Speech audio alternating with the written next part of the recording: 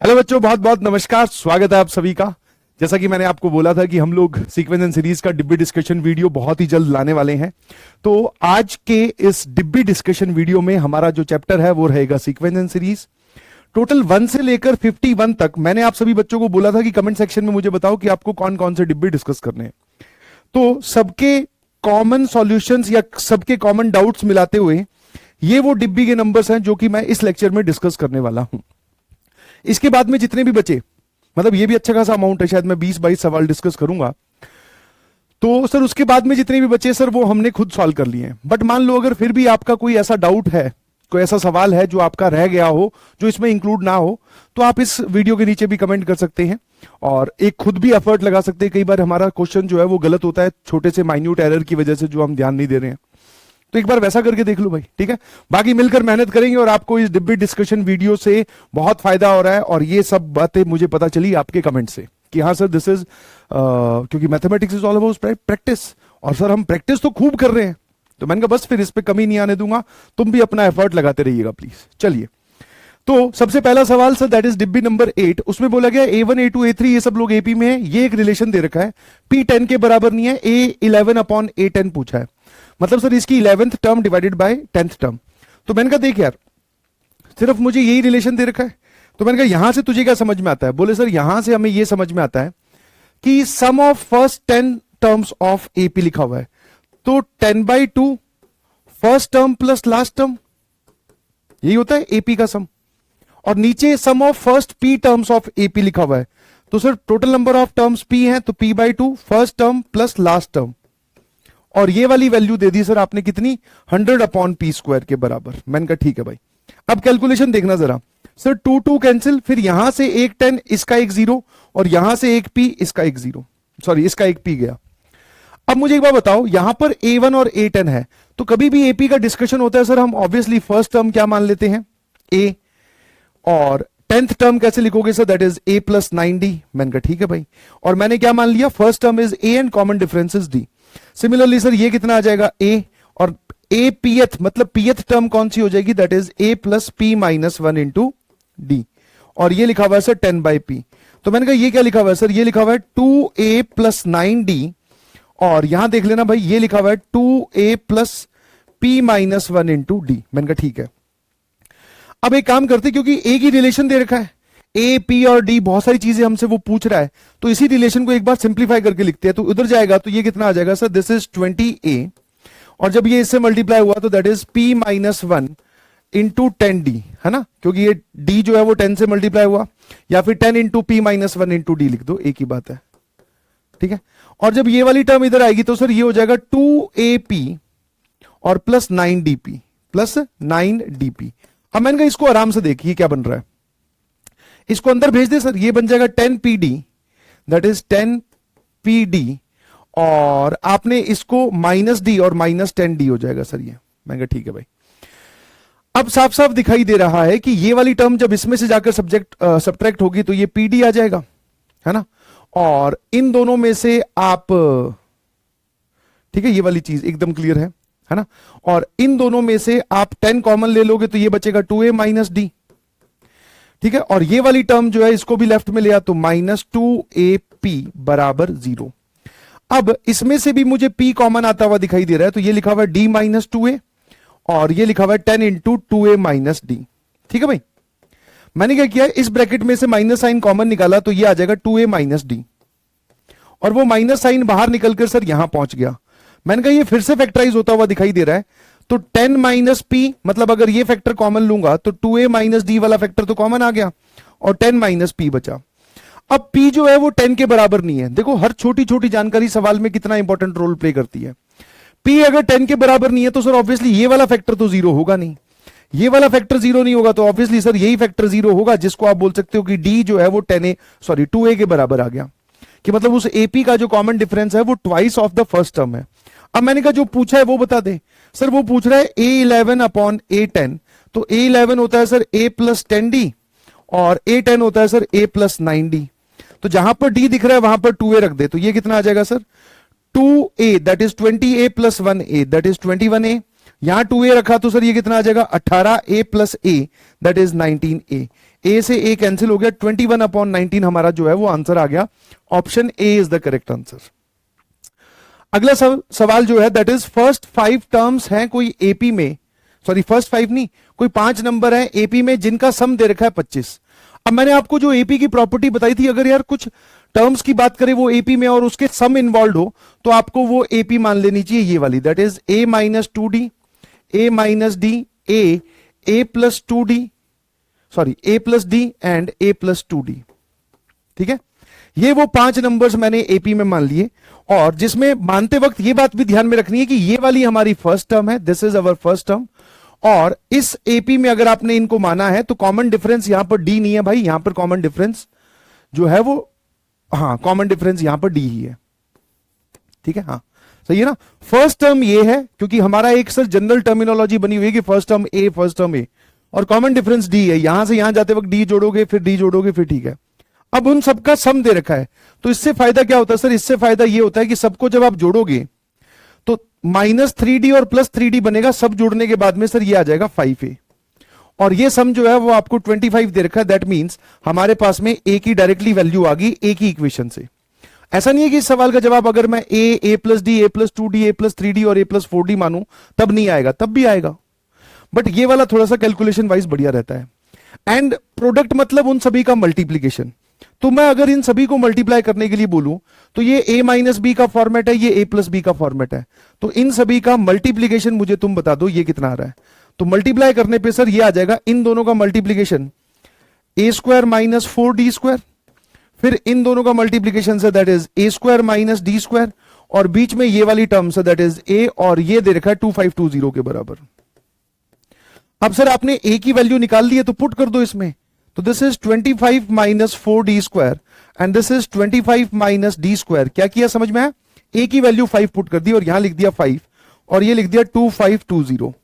तो इसको कैंसिल करोगे, 5 5 जा 25, फिर 20 ऊपर से उतारा तो एक 0 और एक 4, 504। मैंने कहा ठीक है भाई, इसमें से नेगेटिव साइन कॉमन लिया, इसमें से नेगेटिव साइन कॉमन लिया, तो ये लिखा हुआ है डी स्क्वायर माइनस 25 और ये लिखा हुआ है 4d स्क्वायर माइनस 25।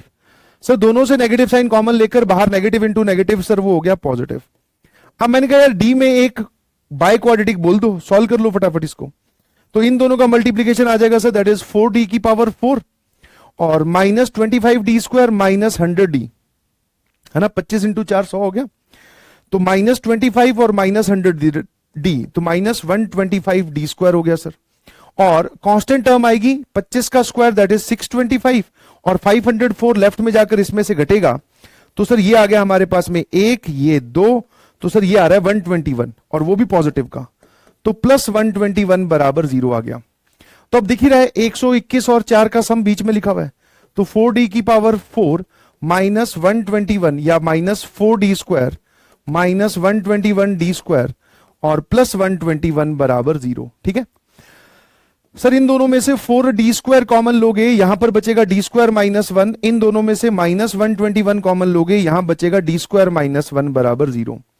तो दो फैक्टर्स आ गए, 4d square minus 121 into D square minus 1 बराबर 0। तो d की वैल्यू सर जब आप इसको 0 करोगे तो ये आ जाएगा 121, D square is equal to 121/4, जिसको आप 11/2 और आगे प्लस माइनस और यहां पर प्लस माइनस 1, तो common ratio sorry common difference जो है वो 4 निकल कर आ रहे हैं, है ना। ठीक है सर, उसने कुछ बोला तो नहीं कि 5 नंबर है, पॉजिटिव नेगेटिव भी कुछ नहीं बोल रखा। One of these 5 numbers is -1/2, then greatest of them, उन 5 नंबर्स में से सबसे बड़ा कौन सा होगा। तो भैया अब हमें सारे पॉसिबल कॉम्बिनेशन लेकर देखने पड़ेंगे, ठीक है, हाँ है ना, सारे पॉसिबल कॉम्बिनेशन आपको लेकर देखने पड़ेंगे। ठीक है, कि आपकी ए की वैल्यू तो क्या आ गई, जरा देखना सारे पॉसिबल कॉम्बिनेशन।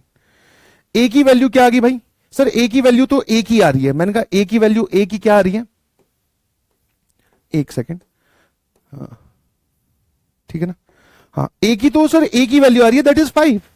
मैंने कहा ठीक है भाई, देख ए अगर 5 लू और डी मैं ले लू दैट इज प्लस या -1, तो आप सकते हैं देख पा कि ये सारे के सारे इंटीजर्स बनेंगे, जबकि वो बोल रहा है कि हमारी एपी में एक टर्म -½ बननी चाहिए। जैसे मान लो आपने ए की वैल्यू 5 ले ली और डी की वैल्यू ले ली +1, तो 5 - 2 5 - 1 5 5+1 और 5+2।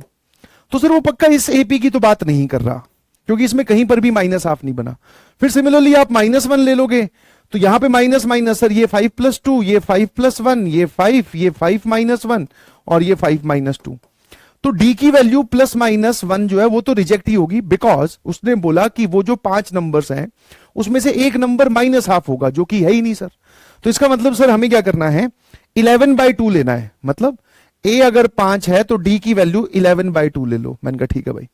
तो ये कितना आ जाएगा सर, ए मतलब दैट इज 5 -2d यहां लिखा हुआ है तो -11, 5 -11/2 ये 5 और 5 +11/2 और सर ये कितना हो जाएगा, दैट इज 5 + 11, क्योंकि यहां पे मैंने 11/2 तो 2 कैंसिल।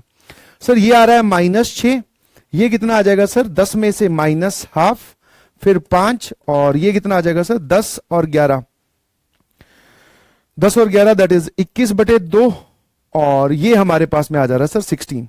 तो ये सब लोग एपी में आ गए, ठीक है। अब उसने बोला कि उनमें से कोई एक नंबर -1/2 है तो इसमें है। अब वो पूछ रहा है कि इनमें से सबसे बड़ा नंबर कौन सा, तो 16 इज द करेक्ट आंसर। अब एक बच्चा बोलेगा सर डी की वैल्यू जो है वो -11/2 भी हो सकती है, तो -11/2 जब तू लेगा और यहां पुट करेगा तो ये पूरी एपी रिवर्स हो जाएगी। मतलब यहां 16 लिखा होगा, यहां 21/2, यहां पर 5, यहां -1/2 और यहां -6 लिखा होगा, रख के देख ले। तो उस केस में भी सबसे बड़ी टर्म पूछिए तो वो भी 16 होगी। तो दोनों अलाउड है, 11 मतलब डी की वैल्यू +-11/2 एंड आंसर इज 16। मेरे ख्याल से कोई दिक्कत नहीं है। तो इंफॉर्मेशन को रिट्रीव ढंग से करना सीखें प्लीज। अब इसमें ट्रिग्नोमेट्री आ गई तो अच्छे खासे बच्चों को हाथ पैर फूलने लगे, बोले सर ये भी बता दो क्या है इसमें। वो बोल रहा है कि ये 3 टर्म्स हैं, are the first 3 terms of an AP for some alpha, find the 6th term. तो मेरे को एक बार बताओ, अगर ये 3 टर्म्स एपी में है तो बीच वाले का दुगना that is 14 × 2 28 is equal to sum of other 2 that is 3 की पावर 2 sin 2 अल्फा -1 प्लस 3 की पावर 4 -2 sin 2 अल्फा। ये तो बता रखा है ना कि भाई ए बी सी अगर 3 टर्म्स एपी में है तो बीच वाले का दुगना बाकी दोनों के सम के बराबर होता है सर। तो वही मैंने किया, बीच वाले का दुगना बाकी दोनों के सम के बराबर।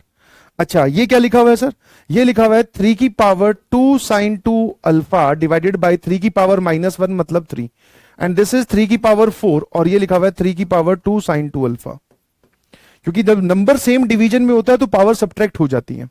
और ये लिखा हुआ है सर 28। अब आप भली भांति जानते हैं कि अगले स्टेप में हम क्या करेंगे, ये वाला एक्सप्रेशन मुझे रिपीट करता हुआ दिख रहा है तो मैं इसको टी पुट करूंगा, तो ये भी टी।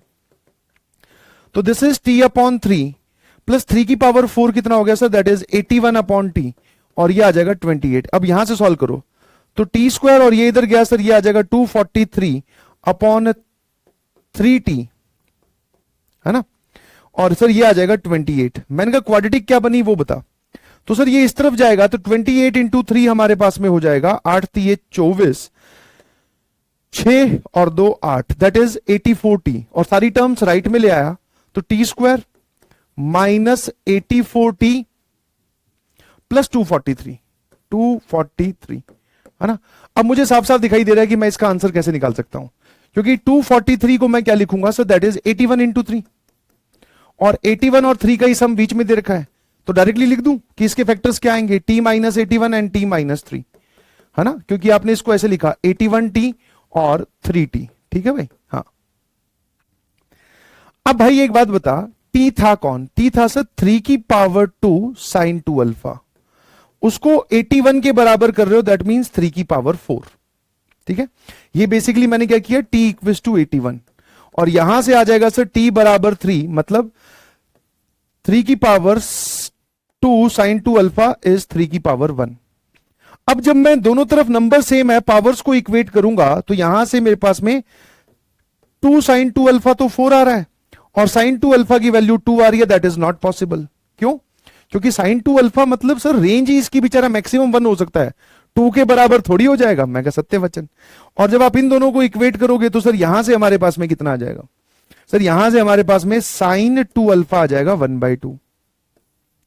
अब एंगल वेंगल मत निकालो, आगे पूछो क्या पूछा उसने, for some alpha the 6th term, इस एपी की हमें 6ठी टर्म चाहिए। तो मुझे एक बात बताओ t6 क्या हो जाएगा, है ना। पहली 3 टर्म्स आपको दे रखी है, what will be the t6। तो t6 is sir first term, क्योंकि ये आपने पहली 3 टर्म्स दे रखी है। फर्स्ट टर्म कौन है सर? ये वाली, ये है ए, ठीक है जी। तो a प्लस 5d हो गया, है ना। तो मैंने कहा एक काम करते हैं, पहले एक ये वाली एपी बना ही लेते हैं यार। मतलब कि अगर मैं sign to alpha value half रख दूं तो ये कितना बन रहा है सर? ये बन रहा है हमारे पास में, ये वाली पूरी वैल्यू बनेगी 3 की पावर, यहां पर हाफ रखा तो ये बन जाएगा half into 2 that is 1, 1 minus 1, 3 की पावर 0, 14, और 3 की पावर जब आपने यहां हाफ रखा तो सर ये आ जाएगा पूरा 2 sign to alpha that is 1, और ये आ जाएगा 3 की पावर 3। तो सर पहली 3 टर्म्स हमें दिखाई दे रही है 1, 14, 27, ठीक है, हाँ है ना। और आप देख सकते हैं आराम से द कॉमन डिफरेंस इज 13। देख लो इन दोनों का कॉमन डिफरेंस, मतलब डिफरेंस 13 आ रहा है, इनका भी डिफरेंस कितना आ रहा है? 13। तो मुझसे वो T6 पूछ रहा है, that is first term plus common difference is 13। तो सर ये हो जाएगा हमारे पास में 65 plus 1 that is 66। Option D is correct.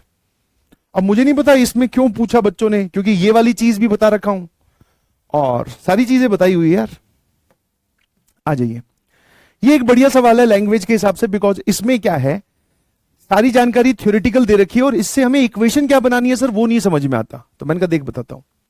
A software company setup m number of computers system to finish an assignment in 17 days. एक कोई software company थी, उसको टोटल m कंप्यूटर लगाने पड़े या लगाने पड़ते हैं किसी असाइनमेंट को खत्म करने के लिए। अब वो असाइनमेंट कितने दिन चलेगा ये तो उसने बताया भी नहीं, ठीक है, हाँ है ना। नहीं, पर इसने बोल रखा है 17 डेज में, to finish an assignment in 17 days, ठीक है। 4 computer system crashed at the starting of the second day. पहले दिन तो उसके m कंप्यूटर काम कर रहे थे, अगले दिन 4 गायब हो गए, मतलब क्रैश हो गए, वो नॉन वर्किंग स्टेज में चले गए। और फिर उसके अगले दिन में 4 more computers on the third day, start of the third day, मतलब तीसरे दिन की शुरुआत में 4 और गए, एंड सो ऑन। मतलब हर दिन जब नया दिन शुरू हो रहा है, 5वें दिन चौथे दिन में फिर 4 और क्रैश हो गए। तो उसी काम को, वो जो असाइनमेंट वो लेकर चले थे कंपनी वाले, उनको 8 और दिन लगे काम को फिनिश करने में। अब ये वाला जो है ना, हल्का सा वर्क प्रॉब्लम आपको समझ में आना चाहिए, ठीक है। ये वर्क प्रॉब्लम वाला काम है, ठीक है, हाँ है ना, ठीक है। वही वाला 2 इंसान मिलकर एक खेत को 10 दिन में अगर जोतते हैं तो ये बताओ कि 10 इंसान मिलकर उसी खेत को कितने दिन में जोतेंगे, है ना। ये वाले सवाल बचपन में देखे होंगे, तो थोड़ा सा उसका फ्लेवर यहां पर आ रहा है। तो मान लेते हैं कि एक कंप्यूटर जो है, 1 computer in one day x amount of work करता है, एक्स अमाउंट ऑफ वर्क, ठीक है, वर्ड नहीं वर्क, कि एक कंप्यूटर एक दिन में कितना काम करता है? एक्स काम करता है। अब वो काम कुछ भी हो सकता है, कुछ फाइल बना रहा है, कुछ प्रिंटिंग कर रहा है, जो भी, ठीक है जी। तो मुझे एक बात बताओ, जब नॉर्मल सिनेरियो था, जब उस असाइनमेंट मतलब वर्क, अब यहां पे असाइनमेंट कितना है? असाइनमेंट है मतलब सर हमारा वर्क, क्योंकि काम तो सेम है। जिस भी काम के लिए आप कंप्यूटर लगा रहे थे वो काम तो सेम ही है ना। कि मान लो सर हमें 500 फाइल्स बनानी है, मान लो ये एक असाइनमेंट है, तो उसी काम को करने में फिर 8 दिन और लगे जब क्रैश हो रहा था। तो मुझे पहले वाले सिनेरियो में बताओ कि टोटल वर्क कितना था। सर एक कंप्यूटर एक दिन में अगर एक्स अमाउंट काम करता है तो m कंप्यूटर्स कितने काम करेंगे? मतलब m computers in one day कितना काम कर देंगे? तो सर m इंटू एक्स, है ना, क्योंकि पहले अकेला कंप्यूटर था, अब m कंप्यूटर है तो m इंटू एक्स। और ये अगर कंप्यूटर 17 दिन तक काम करते हैं तो टोटल वर्क ये कितना फिनिश करने वाले हैं? 17 इंटू एम एक्स। एकदम यूनिटरी मेथड बेसिक सा समझ में आता है कि एक कंप्यूटर एक दिन में अगर x अमाउंट ऑफ वर्क करता है तो m कंप्यूटर्स एक दिन में m इंटू एक्स काम करेंगे, और उन्हीं कंप्यूटर्स को अगर आप 17 दिन तक यूज करोगे तो total 17 into M into X इतना काम होगा। तो मतलब सर वो असाइनमेंट वाला जो काम था ना वो इतना था, तभी उसने 17 कंप्यूटर लगाए और इतना काम खत्म होने वाला था। अब क्या हुआ लेटेस्ट सिनेरियो में कि फर्स्ट डे 1 पर उसके पास में m कंप्यूटर्स हैं, फिर डे 2 पर कितने हो गए सर, m-4। m-4 क्यों, eight the starting of the first day उसके 4 कंप्यूटर क्रैश हो गए। तो पहले अगर m काम कर रहे थे तो अब m में से 4 ही काम, मतलब 4 हटा दो, बचे हुए काम कर रहे हैं। थर्ड डे की स्टार्टिंग में ही 4 और क्रैश हो गए, मतलब तीसरे दिन कौन काम करेंगे, m-8। चौथे डे में भी सर एक काम किया उसने, अब हो जाएगा m-12। ऐसे करते करते टोटल डेज जो उसको लगे वो 8 और दिन लग गए। It took 8 more days to finish the assignment. मतलब पहले वो काम 17 दिन में हो रहा था, अब ये वाला कितना होगा, 17 + 8 डेज, 17 + 8 डेज में ये काम कंप्लीट होगा। मतलब सर उसको 25 दिन लग गए। ठीक है भाई। अब मैंने कहा वर्क मुझे कैलकुलेट करके बता कि ये वाला वर्क कितना है, मतलब वो जो क्रैश हो के काम किया उन्होंने, बट कितना काम किया, क्योंकि असाइनमेंट तो फिक्स है भाई। ऐसा थोड़ी है कि जब कंप्यूटर क्रैश होने लगे तो काम बढ़ गया या घट गया, काम टोटल इतना ही है। अब मुझे यहां से भी वर्क बता। तो सर पहले दिन m कंप्यूटर थे तो m × x, दूसरे दिन सर m-4 कंप्यूटर थे और एक कंप्यूटर एक दिन में x अमाउंट ऑफ वर्क करता है तो इतना काम होगा। फिर सर m-8 × x, ऐसे चलता जाएगा। और मैंने कहा ये कितने सर, टोटल ये 25 है, टोटल ये टर्म्स कितनी है, 25, क्योंकि काम 25 दिन तक चला है। अब जरा देखना, मेन सिनेरियो इज इन दोनों को बराबर कर दूं। क्यों, क्योंकि असाइनमेंट तो उतना ही है ना भाई, खेत तो एक ही है जिसको जोतना है। खेत थोड़ी बढ़ गए, आपने मजदूर बढ़ा दिया इसका मतलब ये थोड़ी खेत बढ़ गए। वैसे ही आपने यहां पे मजदूर कम कर दिया इसका मतलब थोड़ी खेत का साइज बड़ा हो गया, नहीं। तो सर ये असाइनमेंट टोटल वर्क था और यही काम हमें यहां पर खत्म करना है, तो दोनों तरफ वर्क इक्वेट किया जाता है। ठीक है, हाँ है ना। तो अब मुझे बताओ कि इन सब में से अगर मैं x ले लूं कॉमन, तो ये एक एपी बन रही है, m-4 m-8 ऐसे चलता जाएगा। और इस तरफ लिखा हुआ है सर दैट इज 17mx। तो उनकी एफिशिएंसी कितनी है उस बात पे फर्क नहीं पड़ता, मतलब बेसिकली एक कंप्यूटर एक दिन में कितना काम कर रहा था उससे कोई लेना देना नहीं है, वो एक्स कैंसिल ही हो गया। बट फिर भी हमें इस फैक्टर को अमाउंट काउंट में रखना चाहिए।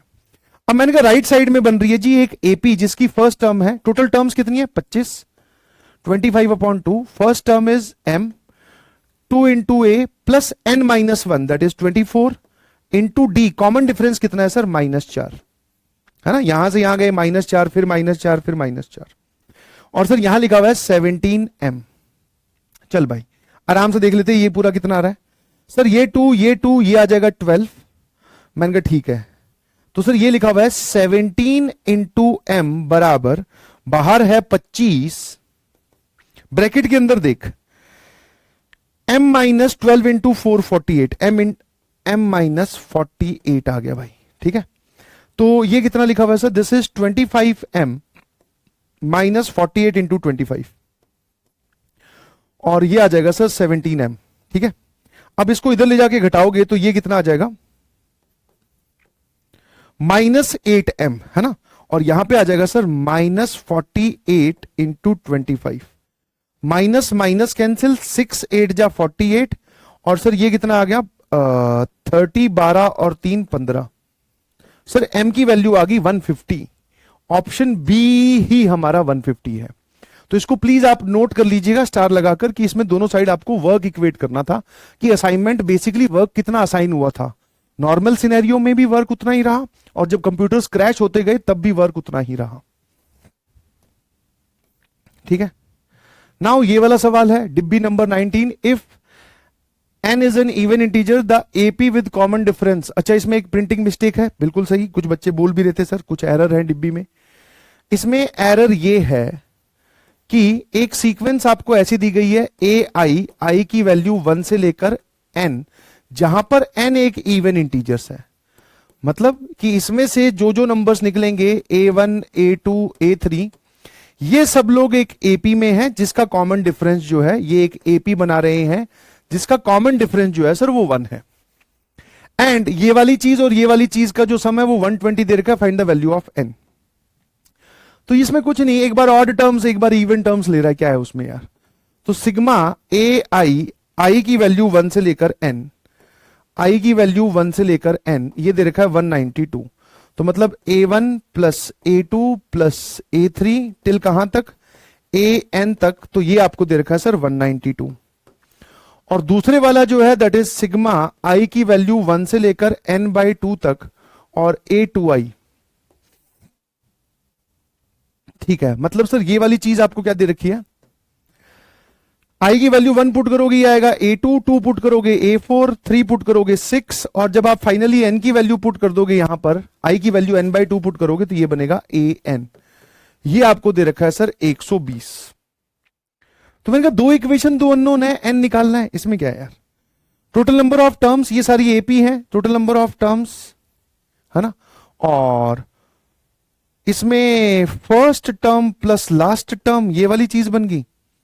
या फिर एक काम करते हैं सर, ये लो 2a, एपी का सम क्या होता है 2a plus n-1 into common difference d, ये आ गया सर 192, और कॉमन डिफरेंस d भी आपको 1 दे रखा है। ठीक है, अब यहां आ जाओ सर, यहां पे टोटल नंबर ऑफ टर्म्स कितनी है। अगर आपको लग रहा है कि total number of terms n है, वो तो तब थी ना भाई जब टोटल नंबर ऑफ टर्म्स सारी की सारी लिखी हुई थी। अब की बार तो n की आधी है, क्योंकि n एक कोई इवन नंबर है, मान लेते हैं n की वैल्यू है 6, तो 6 टर्म्स मतलब a1, a2, a3, a4, a5, a6।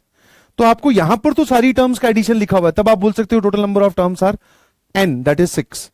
But यहां पर क्या किया, सिर्फ जिनका लोअर सफिक्स इवन है उनको लिया गया, मतलब a2, a4 और a6। तो यहां पर n की आधी टर्म्स है, बट है अभी भी ये एपी में। फॉर्मूला लगाते हुए ध्यान रखना, total number of terms are n/2 divided by 2।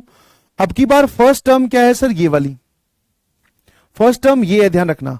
तो ये है a2, a2 क्या होता है सर एपी में, a plus D, plus total number of terms -1 into common difference. अब वो कॉमन डिफरेंस मन में सोच रहा है और उसको लग रहा है कि कॉमन डिफरेंस जो है वो 1 दे रखा है। अरे भाई ये a2 है, मतलब ये है a प्लस डी, ये है a4 that is a plus 3d। इनके बीच में कॉमन डिफरेंस देख ध्यान से, d नहीं है जी 2d, और d की वैल्यू आपको 1 दे रखी है दैट इज 120। अब मेरे ख्याल से आप इसको सॉल्व कर सकते हैं, इसमें कोई भी बड़ी बात है नहीं। एलसीएम लोगे सर, ये आ जाएगा n-2 अपॉन 2 इंटू 2, और सर ये आ जाएगा 2a प्लस डी, और d की वैल्यू 1 है, और सर ये लिखा हुआ है n/4, है ना। मेरे ख्याल से अब ये क्वेश्चन जो है वो सॉल्व हो जाना चाहिए। ठीक है, या तो दोनों को डिवाइड कर दो, जैसे यहां क्या लिखा हुआ है, दिस इज n/4, 2a यहां से आएगा 2 और यहां एक -2 है, तो सर 2a प्लस n बराबर 120, और सर यहां कितना आ जाएगा n/2, और ये तो ऐसा ही रहेगा। ठीक है, तो चलो करके दिखा देता हूं, वरना कुछ लोग बोलेंगे सर आंसर नहीं आ रहा है, यहां तक तो मैंने भी कर लिया था। तो इसमें एक छोटा सा प्रिंटिंग मिस्टेक है, मतलब एरर है, उसको सही कर लीजिएगा प्लीज। उस एरर को सही करने के बाद में, ठीक है, इसमें एक एरर था वो मैंने आपको नोटिफाई कर दिया है। तो अब ये लिखा हुआ है sir n/2 and 2a plus n-1, ये है 192 के बराबर, और ये वाली टर्म है सर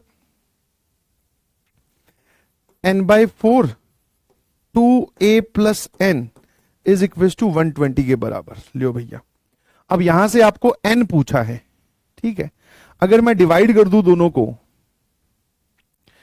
या फिर n की 2a की वैल्यू यहां से उठाकर उसमें डाल दूं क्या, ऐसा कर लें। बट सर एक काम करते डिवाइड कर देते ताकि थोड़ा सा आसान रहेगा। मैंने कहा ठीक है भाई, डिवाइड जैसे ही किया तो सर n कैंसिल, यहां पर एक 2 आएगा, ये 2 न्यूमरेटर में चला जाएगा, तो 2 इंटू 2a प्लस n-1, और यहां पे बचेगा सर 2a प्लस n, और ये भैया देख ले, ये मेरे ख्याल से सीधा सीधा तुझे 3 पे कैंसिल होता हुआ दिखाई दे रहा है ना। तो नीचे तो आ जाएगा सर 40, 40 इंटू 3, और 6 3 जा 18, 64। तो सर ये तो 4 पे भी कैंसिल हो रहा है। मैंने कहा ठीक है, या ये मेरे ख्याल से है ना 8 पे पूरा ही कैंसिल हो रहा, सॉरी सॉरी 2 से और कैंसिल कर दिया, तो ये आ जाएगा 8, ये आ जाएगा 5, तो ये आ गया सर 8/5, और ये वाला जो 2 है इसकी जगह 4 इधर लेके जा, सर ये आ जाएगा 10a प्लस 5 इंटू n-1, और ये इधर आएगा सर, ये आ जाएगा 8a प्लस 4n, तो ये लिखा हुआ है 5n-5, ये इधर जाएगा सर, ये हो जाएगा 2a, और ये इधर आएगा सर कितना n, माइनस एन, 4n में से 5n गया तो प्लस ये वाली चीज, तो 2a की वैल्यू सर ये आ रही है 5 माइनस एन।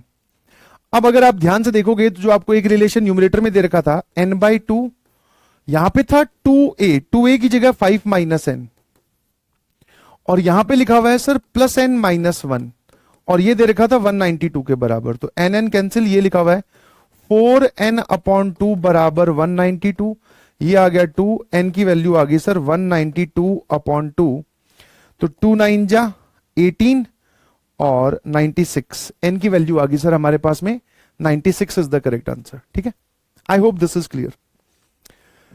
उसके बाद में सर ये भी एक तगड़ा तरीका है, ऐसे एचसीएफ वाले सवाल हमने देख रखे हैं, इसमें पहले आपको एग्जांपल सोचनी चाहिए। उसने बोला है कि जो भी नंबर हम लेंगे n, वो एक नेचुरल नंबर है और वो 100 से बड़ा और 200 से छोटा है। मतलब कहां से कहानी स्टार्ट हो रही है, 101, 102, 103 टिल कहां तक कहानी गई है सर, n इनमें से कोई है ना, नेचुरल नंबर इनके बीच में। अब जो दूसरी प्रॉपर्टी उसने बोली कि n का जो एचसीएफ है 91 के साथ वो 1 से बड़ा आना चाहिए। तो मैंने कहा इसका मतलब क्या है, that is HCF of 91n ये 1 से बड़ा होना चाहिए। ऑब्वियसली सर एचसीएफ एक इंटीग्रल क्वांटिटी होती है, दो आप इंटीजर्स का एचसीएफ ले रहे हो, इंटीजर आएगा। अच्छा 91 जो है वो आप जानते हो 13 इंटू 7 होता है ना, 13 इंटू 7 इज 91। क्या है, बात क्लियर है? तो मतलब सर एचसीएफ 1 से बड़ा, इसका मतलब यही हो गया कि एचसीएफ या तो 7 आएगा या 13 आएगा, क्योंकि दोनों का एचसीएफ कभी 2 तो आ नहीं सकता। एचसीएफ 2 आने के लिए इसमें 2 का फैक्टर होना चाहिए था, 91 में तो 2 का फैक्टर है ही नहीं, 91 में 3 का फैक्टर भी नहीं है, तो 3 भी नहीं आ सकता। तो किन नंबर का एचसीएफ 1 से बड़ा आएगा, मतलब अब ये थोड़ा सा डिकोडेड भाषा में सवाल पूछ लिया, तो आपको यह समझ में आना चाहिए कि यहां पर जो एन लेंगे वो मल्टीपल ऑफ 7 ले सकते हैं अपने, और 13 ले सकते हैं। जैसे फॉर एग्जांपल आप एग्जांपल लेकर देख लो कि मान लो मैं आपसे एचसीएफ पूछूं 91 और 14 का, तो आप एचसीएफ बोलोगे सर 7 आ रहा है। ठीक है, क्यों सर, इसमें भी एक 7 है और इसमें भी एक 7 है। फिर एचसीएफ ऑफ 91 एंड 39 पूछ लूं तो सर वो 13 आ रहा है। बाकी आप 3 और 7 का मल्टीपल छोड़ के कुछ भी और लोगे, जैसे 91 और आपने 25 ले लिया, सर इसका एचसीएफ 1 आएगा। एचसीएफ ऑफ 91 एंड 12 ले लिया, सर इसका एचसीएफ भी 1 आएगा। तो 1 से बड़े नंबर्स कब आ रहे हैं, जब यहां पर आप 7 और 3 का मल्टीपल रख रहे हो। दैट मींस इस सेट में से आपसे वो पूछ रहा है मल्टीपल्स ऑफ 7, तो अब मल्टीपल्स ऑफ 7 बताओ, मल्टीपल्स ऑफ 7 और 13। तो मल्टीपल्स ऑफ 7 कौन से हैं भाई, है ना, तो 91 में 7 और जोड़ा 99, 99 में 7 और जोड़ा 106। 106 जो है वो पहला नंबर होगा जो इसके अंदर प्रेजेंट है और वो 7 से डिविजिबल है। 7 1 जा 105, सॉरी 105, हाँ 7 1 जा 7 और यहां से 3, 7 5 जा 35, बिल्कुल सही। तो 105 फिर 7 जोड़ दो, 112 फिर 7 जोड़ दो, 119। तो ये हमारे पास में सारे के सारे मल्टीपल्स ऑफ 7 है ना। अब ये बताओ लास्ट वाला नंबर जो है वो कितना आ रहा है, तो 7 से डिवाइड करके देख लेते हैं। तो 199 डिवाइडेड बाय 7, 7 2 जा 14, है ना, 7 2 जा कितना आ गया 14, पीछे बचा 5, 59 बन रहा है। तो 7 8 जा 56, है ना। तो 3 ज्यादा है सर ये, मतलब ये 7n प्लस 3 का है क्योंकि रिमाइंडर 3 बच रहा है। तो 3 घटा दो 196 हो जाएगा सर हमारा लास्ट वाला, है ना। तो बिल्कुल सही, 196 इज डिविजिबल, देख सकते हो आराम से कि ये 7 से डिविजिबल है। 196 डिवाइडेड बाय 7, अब क्या 7 2 जा 14, पीछे बचा 7 8 जा 56। हाँ सर ये लिखा हुआ है 28 इंटू 7, ठीक है ना। चलिए अब मैं वैसे ही अगर आपसे पूछूं कि मल्टीपल्स ऑफ 13, है ना, तो इसमें 13 जोड़ेंगे 91 में तो हमारे पास में आ जाएगा 102।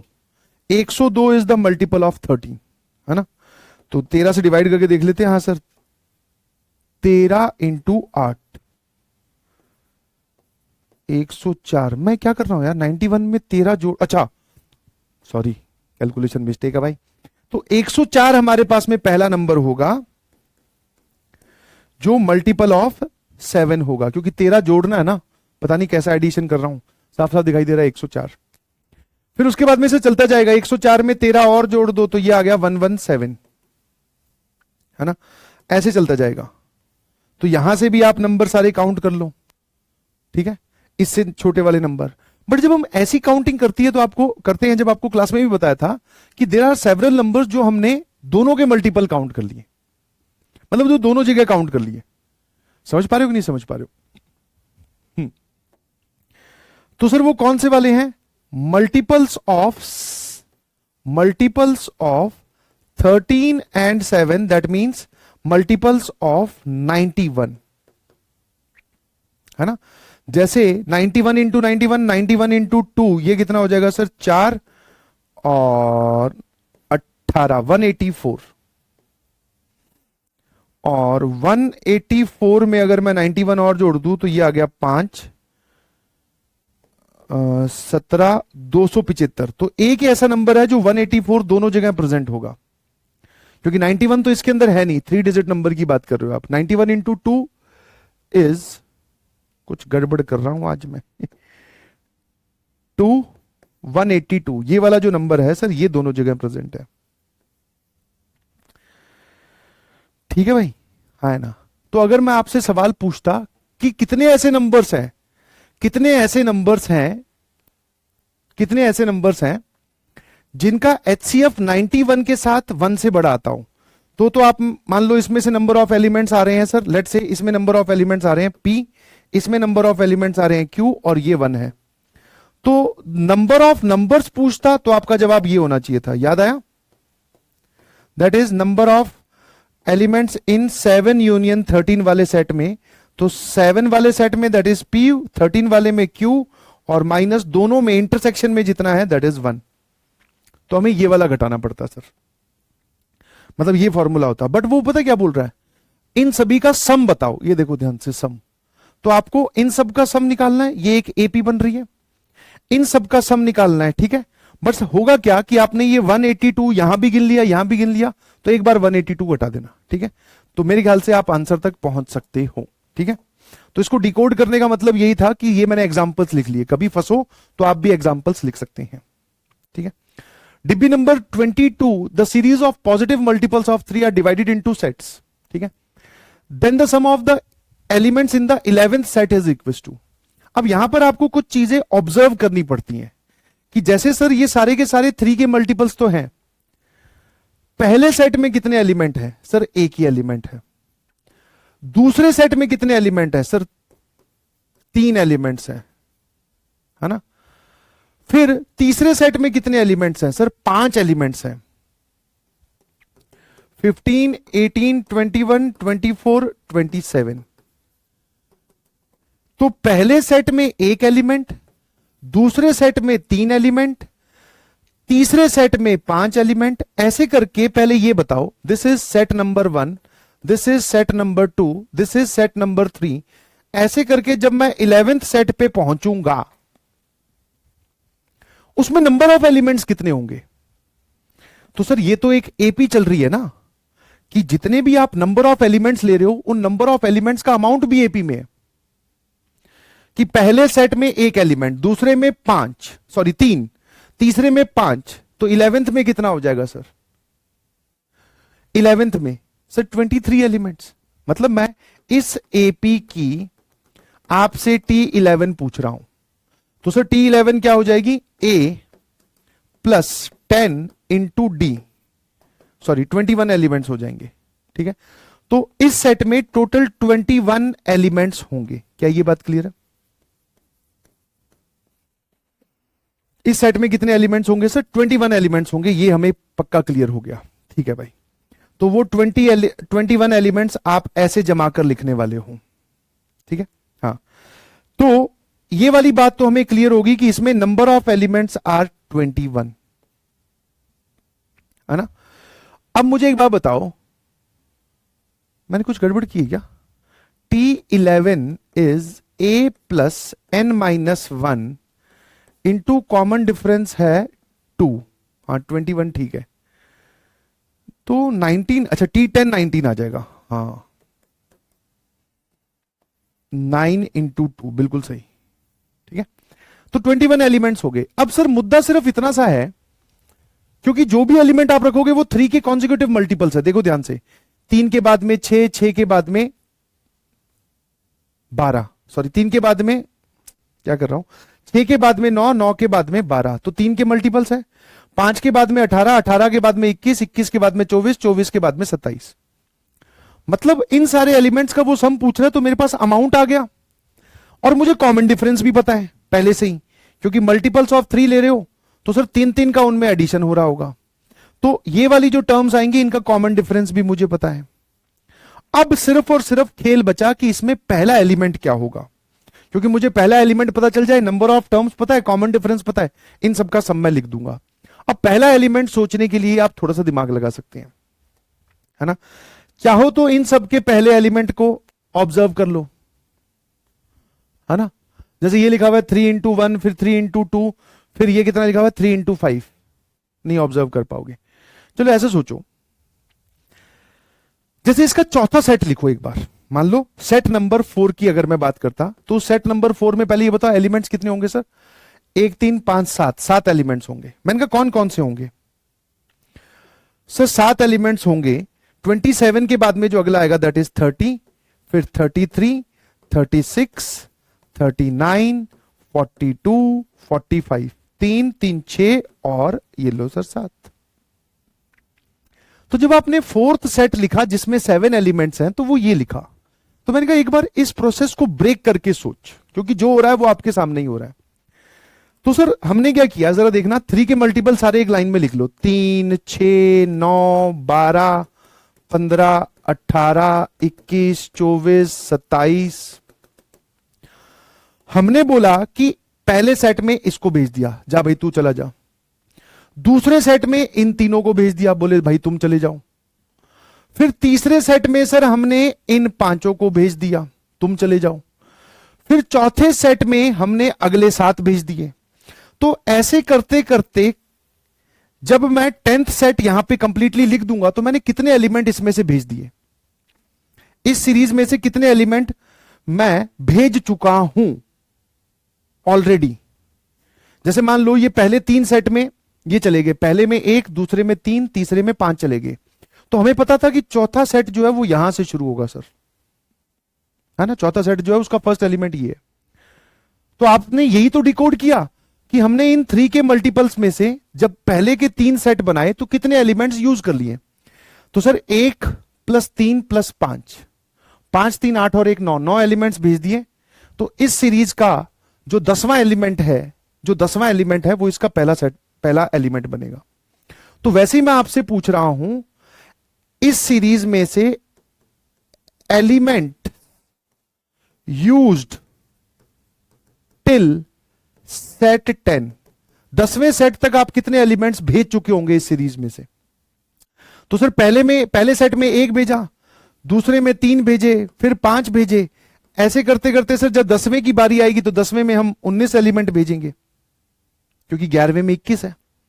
तो इतने एलिमेंट्स मैं यूज कर चुका हूं। ये कितने हैं भाई, तो सर ये हमारे पास में टोटल नंबर ऑफ टर्म्स है 10/2, है ना। क्योंकि 10 सेट की बात कर रहे हो तो पहली टर्म, दूसरी टर्म, तीसरी टर्म, ये 10वीं टर्म है। और first term plus last term that is 19। तो सर ये लिखा हुआ है 20 × 100, 200/2, दैट मीन्स मैं 100 एलिमेंट भेज चुका हूंगा, है ना। 100 एलिमेंट्स मैं 10वें सेट तक भेज चुका हूंगा। तो अब मेरा मुद्दा सिर्फ इतना सा बचता है कि इस सीरीज का 101वां एलिमेंट कौन सा होगा। What is the 101th element. तो 101th एलिमेंट सर देख सकते हैं, ये लिखा हुआ है 3 × 1, ये लिखा हुआ है 3 × 2, ये लिखा हुआ है 3 × 3। तो इसका 101th एलिमेंट कौन सा होगा सर, दैट इज 3 × 101। तो इसका जो 101th एलिमेंट होगा जो कि यहां आकर बैठेगा वो होगा 303। लो सर ठीक है ना, यही बात क्लियर है। बस यहां पर यही सोचना था। अब सर इसका सम लिख देते हैं हम। तो उसने सम ऑफ ऑल द एलिमेंट्स पूछा ना, तो चलो सम बताना। सर इस सीरीज में टोटल नंबर ऑफ एलिमेंट्स हमारे पास में है 21 n/2, 2 into a, 2 into a, first term is this, into n minus 1, n minus 1 मतलब sir 20 into common difference is 3। ठीक है, चलिए ये 2 और ये 10 आ गया सर, तो ये आ रहा है 303 प्लस 30 इंटू 21। तो सर ये आ गया आपके पास में कितना, 333 इंटू 21। अब 333 को अगर 21 से कर दिया जाए मल्टीप्लाई, तो 333666, तो ये आ जाएगा सर 3996, तो 6993 हमारा आंसर आ गया सर, ये रहा। ठीक है भाई, तो 6993 इज द करेक्ट आंसर। एक बार दोबारा इसको देखना, बढ़िया सवाल है, क्योंकि लग एपी रही है, लग एपी रही है, बट वो किसी मूवमेंट पे जाकर लग रही है, उससे पहले का आपको सिनेरियो एकदम क्लियर होना चाहिए, है ना। चलो इसमें आप ये भी सोच सकते हो, ठीक है, एक सवाल तुम्हें खुद दे दूं मैं, मान लो कि पहले सेट में एक एलिमेंट है, दूसरे में 2 एलिमेंट है, तीसरे में 3 एलिमेंट्स हैं, चौथे में 4 एलिमेंट्स हैं, 18 और 21, 24, 27 और 30। तो मुझे आप ये बताओ, ये तुम्हारा मतलब डू इट बाय योरसेल्फ है, दिस इज डिब्बी में डिब्बी डिब्बी नंबर x1, ऐसे ही सवाल बना दिया एक, है ना। तो मैं आपसे पूछ रहा हूं कि ये सेट नंबर 1 है, ये सेट नंबर 2 है, ये सेट नंबर 3 है, ये सेट नंबर 4 है ना। तो जो सेट नंबर आपके पास में 23rd सेट होगा, 23rd सेट का 7th एलिमेंट कौन सा होगा, और साथ में पहला एलिमेंट भी बता देना, ठीक है, बस सोच लो ये क्या है। आ जाइए सर, A1 से लेकर A30 तक ये सब लोग AP में है। फिर से ये जो सीरीज दे रखी है AI, A1, A2, A3 कहां तक, A30 तक, ये है S, ठीक है। और सर यहां पर ये देखो ध्यान से, ये क्या लिखा हुआ है, तो मेरे ख्याल से अब आपको समझ में आने लग गया होगा कि सर ये जब आप ऐसे लिखते हो AI, फिर A2i माइनस 1 मतलब जिनका लोअर सफिक्स ऑड आएगा, A2i मतलब जिनका लोअर सफिक्स इवन आएगा, तो सर ये लिखा हुआ है A2i माइनस 1 और ये T है। तो जब मैं इसमें i की वैल्यू 1 पुट करूंगा तो ये आ जाएगा सर A1, i की वैल्यू 2 पुट करूंगा तो ये A3 आएगा बेटा, 3 पुट करूंगा तो ये A5 आएगा, ऐसे चलता जा। तो जब मैं i की वैल्यू 15 पुट करूंगा तो 15 into 2 that is 30, 30 minus 1 that is 29। Sir इसको वो T बोल रहा है, और ऐसे सवाल हमने बहुत सारे देख लिए भाई, ठीक है। ये T है, ये S है, क्या चाह रहा है वो, A25 जो, सॉरी A5 जो है वो 27 है, S माइनस 2T 75 है, A10 पूछा है। सर सारे 30 टर्म्स का sum that is 30 upon 2a plus 29d बराबर सर ये दे रखा है S, और यहां पे टोटल 15 टर्म्स है, ध्यान रखना i की वैल्यू 1 से 15 तक गया है, तो total number of terms are 15 upon 2a। अब की बार A1 ही फर्स्ट टर्म है, तो यहां पर भी आप a लिख सकते हो, 15 minus 1 that is 14 into common difference, d मत लिख देना क्योंकि यहां पर A1 के बाद में डायरेक्टली A3 आ रहा है, A2 गायब है इस पिक्चर से, तो कॉमन डिफरेंस जो है वो 2d आएगा, ठीक है। कॉमन डिफरेंस कितना आएगा, 2d। सर ये दे रखा है आपको T, मैंने कहा ठीक है यार। A5 आपको 27 दे रखा है, मतलब A प्लस 4d 27 दे रखा है, तो ये लो सर, एक इक्वेशन ये रही और एक S माइनस 2t, तो यहां से ये वाला 2 इधर भेज दे तो 2t कितना आ गया, 2t सर इसको अंदर भेजो that is 30a plus 28 into 15d, ये 2t है। और सर ये कितना लिखा हुआ है, इसको बोलो 15, इसको अंदर भेजोगे सर ये लिखा हुआ है 30a प्लस 29 इंटू 15d बराबर s, और 2t कितना आ गया भाई, इसके वर्टिकली नीचे लिख रहा हूं, this is 30a 28 into 15d। अब देखो ये भी साथ में थोड़ी सी कैलकुलेशन वाली चीज सीख लो कि जब तक मल्टीप्लीकेशन की जरूरत ना पड़े क्यों करनी है अपने को। मैंने इसको 28 इंटू 15 ही लिखा रहने दिया, काहे पे मैं पहले इनको मल्टीप्लाई करूं फिर यहां पे घटाना ही है, तो जब तक जरूरत नहीं है उनको ऐसे ही रहने दो ना भाई, टाइम बचेगा। माइनस माइनस माइनस, तो ये गया, इन दोनों में से 15D कॉमन लोगे तो 29 माइनस 28 बचेगा जो कि 1 होता है, और s माइनस 2t जिसकी वैल्यू आपको 75 दे रखी है सर। तो 15D इज 75, D की वैल्यू आ गई सर 5, है ना। 15 इंटू 5 इज 75। अब अगर D की वैल्यू 5 आ गई तो यहां से बता मुझे सर A की वैल्यू कितनी आ जाएगी, 27 माइनस 4D दैट इज 20। तो सर ये कितना आ गया सर, ये आ गया 7।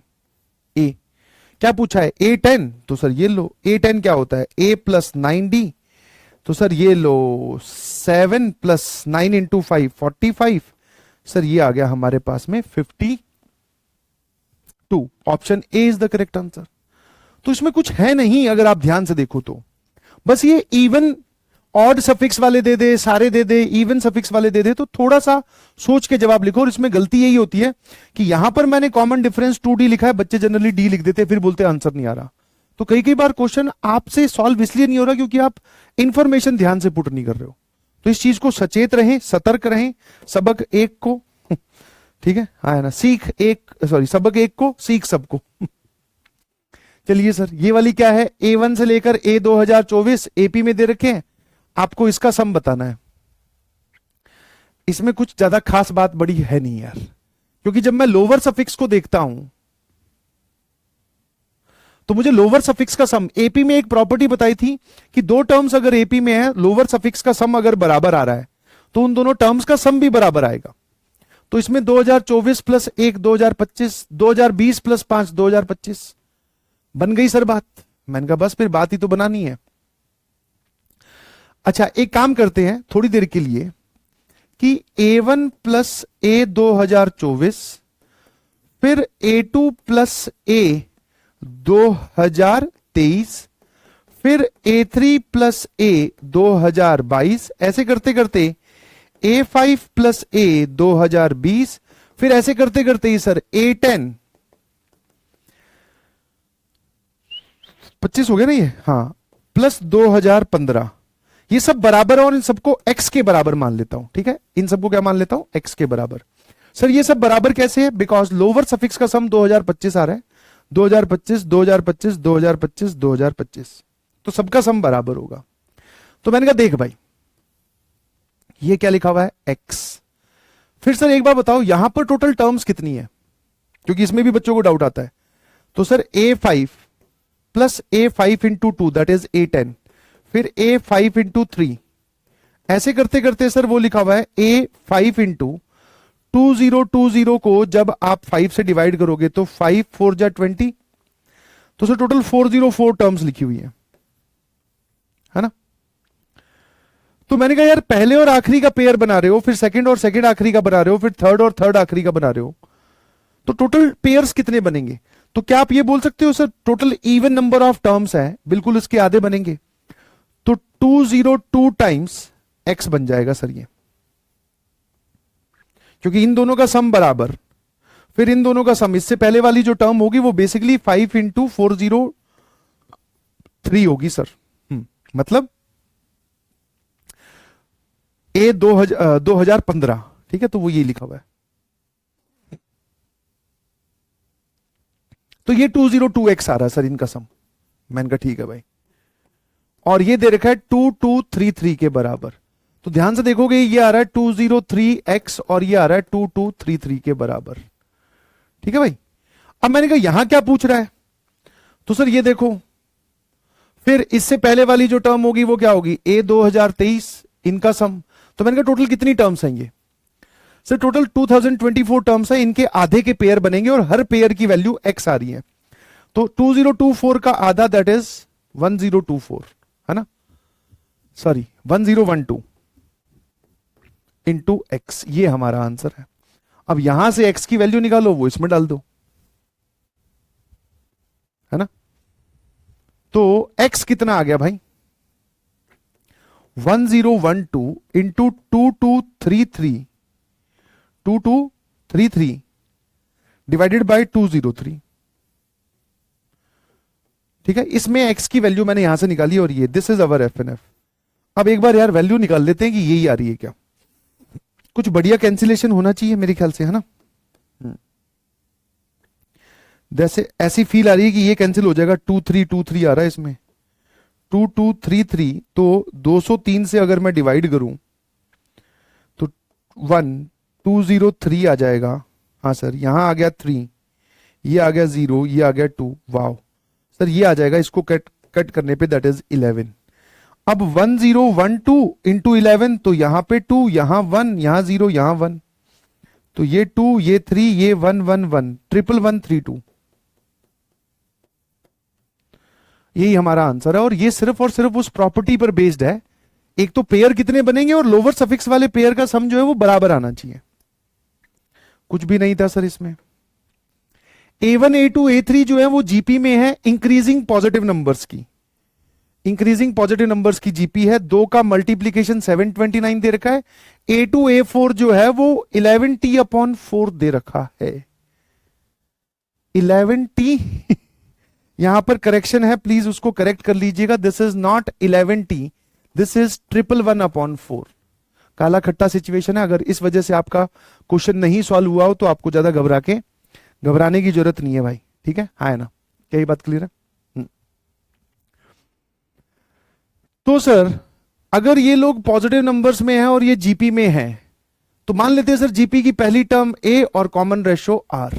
अब मुझे एक बात बता, ये क्या दे रखा है, A3 मतलब a इंटू आर स्क्वायर, इसकी थर्ड टर्म, A5 मतलब a इंटू आर की पावर 4, और ये दे रखा है सर 729 के बराबर।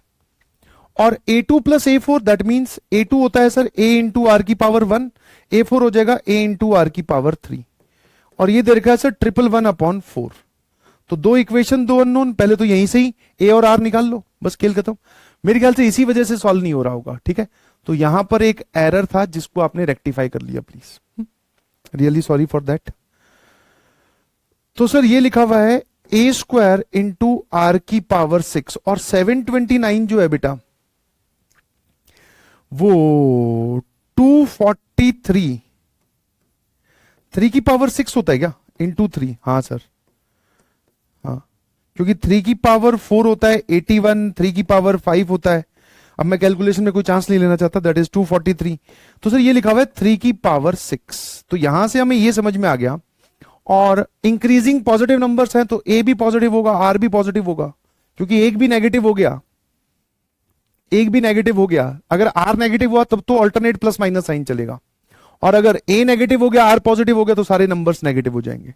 तो इसलिए आर और ए दोनों पॉजिटिव है, तो मॉड लगाने की जरूरत नहीं है। ए इंटू आर क्यूब जो है यहां पे लिखा हुआ है ए इंटू आर क्यूब का स्क्वायर, और यहां लिखा हुआ है सर 3 का मतलब 27 का स्क्वायर, तो ए इंटू आर क्यूब आपके पास में 27 आ गया,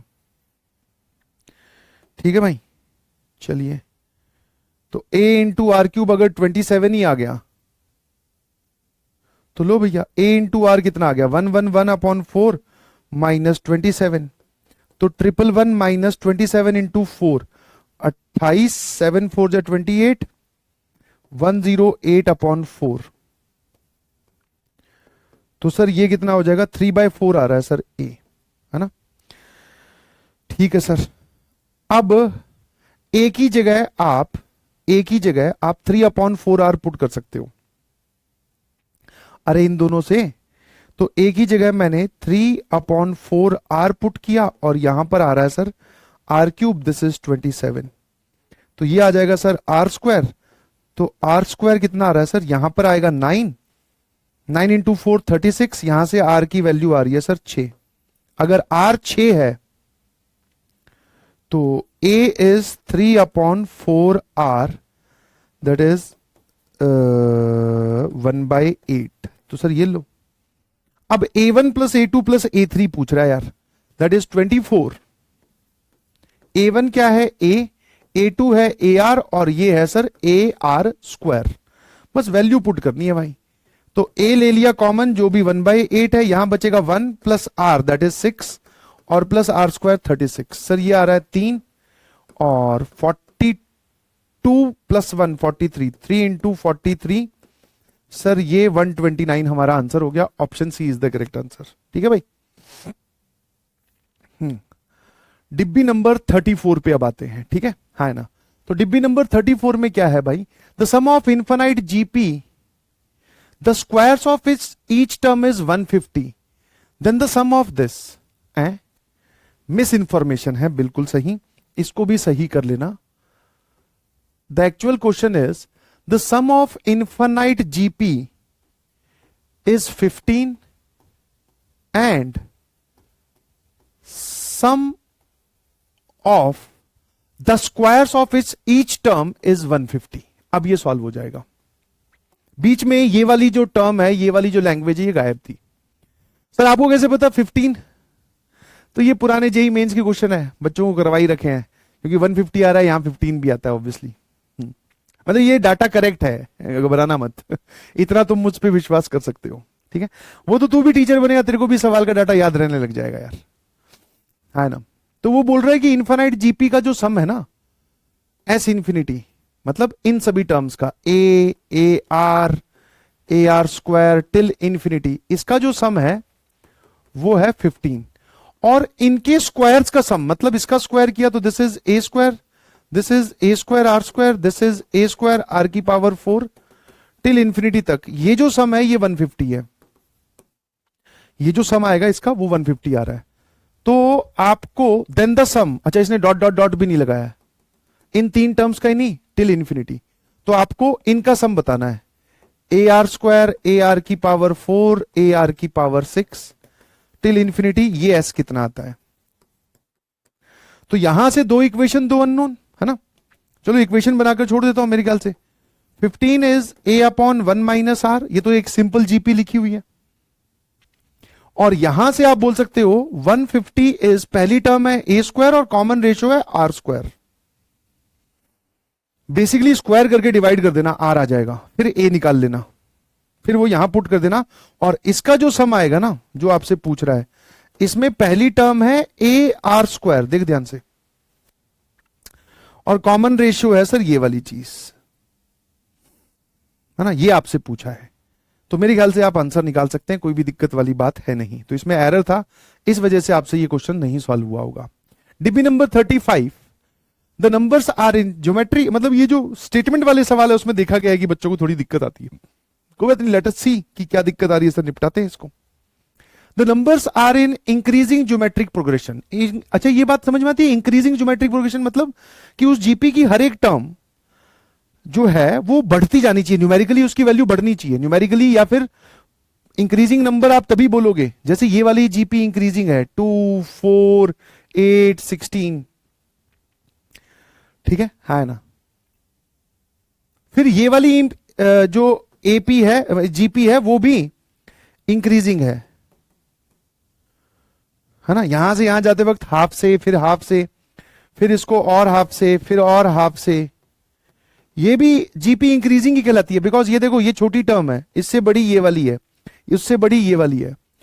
आपने अब इतने सारे लैंग्वेज वाले सवाल देख लिए जिसमें वो कई बार बोलता है इंक्रीजिंग जीपी, कई बार बोलता है increasing GP of positive numbers, मतलब वो इसकी बात नहीं कर रहा, फिर वो इनकी बात कर रहा है, ठीक है। तो जिसमें नंबर अगले बढ़ते जाएं उसको हम इंक्रीजिंग जीपी बोलते हैं। जनरली ऐसा डाटा दिया जाता है कि अगर मल्टीपल आंसर आ रहे हैं तो जिस केस में इंक्रीजिंग जीपी बनेगी वही आपको लेनी है, ठीक है ना। तो तीन नंबर्स हैं इंक्रीजिंग जीपी में विद कॉमन रेशियो आर।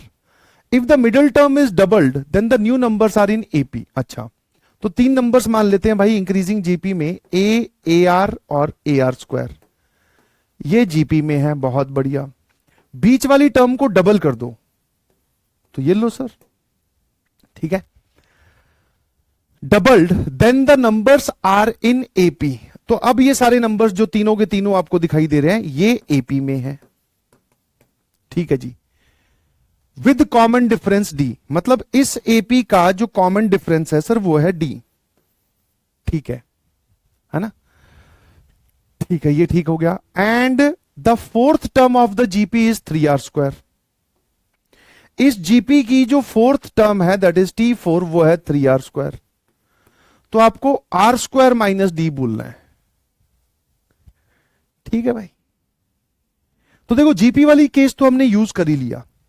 अब सर यहां से वो ये बोल रहा है कि कॉमन डिफरेंस डी है, तो ए आर और डी में एक रिलेशन बना लेते हैं। तो इन दोनों का डिफरेंस कितना आएगा, दैट इज 2AR माइनस ए, ये डी आना चाहिए। इन दोनों का डिफरेंस कितना आना चाहिए सर, AR² माइनस 2AR, ये भी डी आना चाहिए, है ना। और T4 आपको दे रखा है 3R², तो मेरे ख्याल से आप यहां से खुद भी T4 लिख सकते हो ना। आप लिखते तो क्या लिखते, A इंटू R³, यही लिखते T4। इस जीपी की चौथी टर्म लिखने के लिए बोलूं, यही तो लिखोगे। तो चलिए सर, ये आ गया सर हमारे पास में A इंटू आर जो है वो 3 के बराबर है, A जो है वो 3/R के बराबर है। बेसिकली A को आपको पिक्चर से हटाना है, R और D को रखना है, तो मैंने A की value in terms of R निकालनी। चलिए सर, ये क्या लिखा हुआ है, 2A की जगह 3/R into are minus 3/R बराबर डी। ए की जगह 3/R पुट कर दिया इसमें और इसमें, तो सर ये आ रहा है आपके पास में 6 माइनस 3/R बराबर डी। एक इक्वेशन ये आ गई हमारे पास। फिर ए इंटू आर की, सॉरी, ए की जगह मैंने क्या पुट किया, 3/R इंटू R² है माइनस 2, ए की जगह 3/R इंटू आर, और ये वाली जो वैल्यू है ना, इस ए की जगह भी 3/R, और ये लो दूसरी इक्वेशन होगी। तो ठीक है भाई, ये और ये, तो ये आ रहा है 3R minus 6 is equal to D. तो दोनों तरफ से डी इक्वेट कर देते हैं, है ना, कि ये भी डी के बराबर है और ये भी डी के बराबर है। तो यहां से आप क्या बोलोगे, 6 minus 3/R is 3R minus 6, 3 common लेके उड़ाया,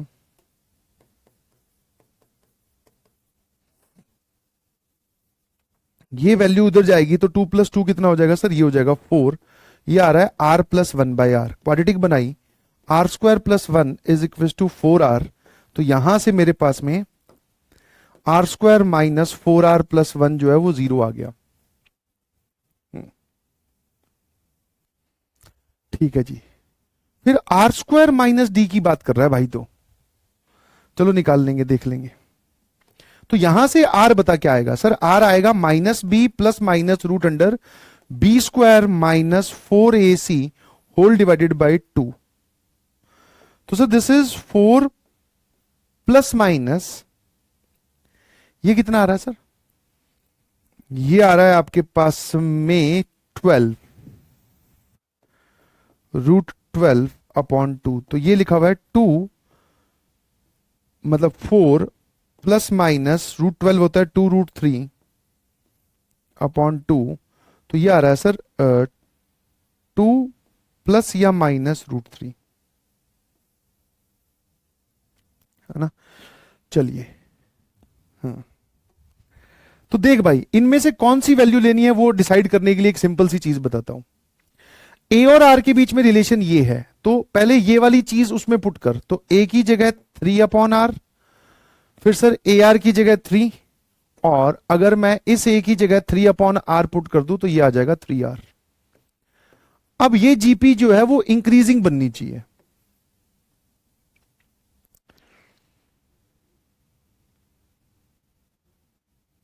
जब कॉमन रेशियो 1 से बड़ा होगा तभी तो इंक्रीजिंग बनेगी, है ना। क्योंकि आपने देखो यहां से यहां जाते वक्त R से मल्टीप्लाई किया, जब यहां से यहां जाते वक्त भी आपने R से मल्टीप्लाई किया, वरना दोनों केस में देख ले कि एक जीपी में तुझे 3/R की जगह 2 + √3 लिख रहा हूं, तो ये और ये जीपी इंक्रीजिंग है, या 2 माइनस √3 लिख रहा हूं, तो 3/2 माइनस √3 और 3 और 3 इंटू 2 माइनस √3। इनमें से जीपी इंक्रीजिंग कौन सी है, क्योंकि उसने बोल रखा है इंक्रीजिंग जीपी। जनरली मैंने आपको बोला था ऐसी इंफॉर्मेशन दी जाती है टू रिजेक्ट मल्टीपल आंसर में से किसी एक जवाब को रिजेक्ट करने के लिए। अब सर ये 2 माइनस √3 जो है ना, ये क्वांटिटी 1 से छोटी है, क्योंकि ये कितना होता है सर, अब 1 से छोटी को आप इनमें चेक कर सकते हो, ये नंबर छोटा हो गया, ध्यान रखना। हाँ, ये नंबर देख लो, ये वाला नंबर सबसे बड़ा है, ये छोटा है, और ये सबसे छोटा है, क्योंकि 2 माइनस √3 इज बेसिकली 1 से छोटा नंबर। 2 में से 1.72 लगभग घटाओगे तो 2 minus 1.72 is basically point something. तो 3 को पॉइंट समथिंग से मल्टीप्लाई करोगे तो वो तो 3 से छोटा नंबर हो गया ना। तो ये वाला जो केस है ये रिजेक्ट हो गया, बिकॉज जीपी इस केस में इंक्रीजिंग नहीं बन रही। इंक्रीजिंग नहीं बन रही इसलिए हम माइनस वाला साइन नहीं लेंगे, तो माइनस वाला साइन रिजेक्ट हो गया। तो हमारे पास में आर की वैल्यू कितनी आ गई? ठीक है भाई, एक सेकंड रुकना। तो हमारे पास में सर आर की वैल्यू जो है वो आ गई, common ratio R is 2 plus root 3। ठीक है, अब डी कैसे निकालें सर? तो मैंने कहा यार इसमें कोई रिलेशन बनाया तो था हमने अभी, है ना, सिर्फ वैल्यू पुट करनी है और कुछ नहीं है। तो सर एक रिलेशन ये रहा, और वरना यहां से निकाल लो सर, ये रहा 3r माइनस 6। मैंने कहा ठीक है, तो d जो है दैट इज 3r माइनस 6 है जी। ठीक है, ये वाली वैल्यू पुट कर दे यहां पर। तो सर ये कितना हो जाएगा? 3 into 2 plus root 3 minus 6 plus 3 root 3 minus 6। तो सर ये आ गया हमारे पास में 3 रूट 3, ये d आ गया, ये r आ गया। अब वो आर स्क्वायर माइनस डी पूछ रहा है यार, तो एक काम कर आर का स्क्वायर कर दे। तो 4 प्लस 3 प्लस 4 रूट 3। ठीक है, और आर स्क्वायर माइनस डी का मतलब हो गया 7 प्लस 4 रूट 3 में से आप बेसिकली 3 रूट 3 घटा रहे हो। तो sir this answer is nothing but 7 plus 3 root 3। नहीं, इन दोनों में से घटाओगे तो 1 रूट 3 बचेगा, 3 रूट 3 नहीं बचेगा। तो 7 प्लस रूट 3, अभी ये गलती से टिक हो जाता कि 4 रूट 3 में से 3 रूट 3 गया, बोले 3 रूट 3 ही बच रहा है। वाह सर, गजब calculation. Option A is the correct answer. ठीक है भाई, आ जाइए। द ग्रेटेस्ट पॉसिबल इंटीजर के is a factor of this series, और ये सीरीज बहुत ही बढ़िया लिखी हुई है। लास्ट टर्म को सबसे पहले लिख रहा हूं, 149। एडिशन में सारी टर्म्स हैं, तो किसको पहले किसको बाद में उससे कोई फर्क थोड़ी पड़ता है, एडिशन तो सेम ही आएगा ना। 49 का स्क्वायर टिल कहां तक? 49 की पावर 125। तो क्या आपको ये एक जीपी दिखाई दे रही है? बस सवाल पूछने का तरीका थोड़ा कैजुअल है, बाकी सबको पता है कि यहां पे जीपी का सम लगेगा, और टोटल नंबर ऑफ टर्म्स भी हमें दिखाई दे रही है, बिकॉज पहली टर्म है 49 की पावर 0 फिर 1। तो 49 की पावर 0 से लेकर 125 तक गए हो, तो टोटल नंबर ऑफ टर्म्स इसमें हो जाएगी बेटा 126। ठीक है, आंसर बोलिए। तो a that is first term, common ratio 49, total number of terms 126 minus 1 divided by 49 minus 1, है ना। तो सर ये डिनोमिनेटर में लिखा हुआ है 48, और न्यूमरेटर में हमें 49 की पावर समथिंग प्लस 1 वाला फैक्टर निकाल के लाना है। तो मैंने कहा देख यार इसमें कोई ज्यादा बड़ी बात है नहीं, ये 49 की पावर 126 लिखा हुआ है, देखना जरा। तो मुझे ये बता दे ये किसका स्क्वायर लिखा हुआ है, मतलब इसमें से 2, इस पावर में से एक 2 अलग कर ले। तो सर ये लिखा हुआ है 49 की पावर 63, क्योंकि 63 इंटू 2 जो है वो हो जाएगा 126। तो ऊपर वाले में क्या मैं इस पूरे को ऐसा लिख सकता हूं? फिर A square minus B square वाली फैक्टराइजेशन, दैट इज 49 की पावर 63 माइनस 1 एंड 49 की power 63 plus 1 and whole divided by 48। तो जब आपने इसको फैक्टराइज किया, है ना, जब आपने इसको फैक्टराइज किया तो ये प्लस 1 वाला जो है वो 49 की पावर में कुछ लेकर सबसे बड़ा फैक्टर कौन सा आया सर? ये। बट ध्यान रखना बेटा कि हम किसी नंबर को किसी दूसरे नंबर का फैक्टर तभी बोलते हैं जब हम उसको उससे डिवाइड करें, तो पीछे बचा हुआ ये पार्ट जो है ये इंटीजर बचना चाहिए। और अब देखो तुम्हें ये दिखाई दे रहा है कि इंटीजर है कि नहीं? वैसे ये हमेशा इंटीजर ही आएगा। सर हमें कैसे पता? ये तो बहुत बड़ा नंबर है। मैंने कहा एक पैटर्न, या तो अभी तू यही देख सकता है, एक पैटर्न फॉलो करके देख कि 49 की पावर 1 माइनस 1 अपॉन 48 करके देखिए, एक इंटीजर आएगा। फिर 49 की पावर 2 माइनस 1 अपॉन 48, वो भी एक इंटीजर आएगा। सर आप इतना श्योरली किस बेसिस पे बोल रहे हो? ऑल्दो आपने ये कोई वैल्यू कैलकुलेट तो करी नहीं होगी कि 49 की पावर 63 कितना होता है। मैंने कहा वो बाइनोमियल थ्योरम है। ठीक है, बाइनोमियल थ्योरम है। बाइनोमियल थ्योरम से साफ साफ दिखाई देता है कि ये एक इंटीजर है। ठीक है, तो अभी फॉर द टाइम इसको नोट कर लो कि ये एक इंटीजर है। इंटीजर है तो सर सबसे बड़ा फैक्टर ये निकल के आया, तो वो 49 की पावर में जो लिखा हुआ है उसकी बात कर रहा है, दैट इज 63। ये वाला सर हमारा के हो गया। ठीक है भाई, आ जाइए। जिन पे मैंने ये ट्रिपल स्टार लगा रखा है ना, मतलब आपने देखा होगा कि कुछ डिब्बीज पे मैंने ट्रिपल स्टार लगाया हुआ, जैसे इस पे नहीं लगाया हुआ था 37 पे, तो थोड़ा सा मैंने ग्राउंड वर्क आपके लिए करके दिया है कि कल को जब आप डिब्बी की रिवीजन करो तो आपको पता होना चाहिए। वो ट्रिपल स्टार वाले बच्चे, मतलब मैक्सिमम बच्चों ने वो डाउट पूछा है, ठीक है, जिन पे ट्रिपल स्टार लगा हुआ है। ठीक है भाई, हाँ, आ जाइए। अब जैसे इसमें भी कुछ ज्यादा खास तो मुझे लगा नहीं यार, पता नहीं तुम लोगों ने क्यों पूछा है, बट फिर भी देख लो। देखो x लिखा हुआ है, सिग्मा n की वैल्यू 0 से लेकर इंफिनिटी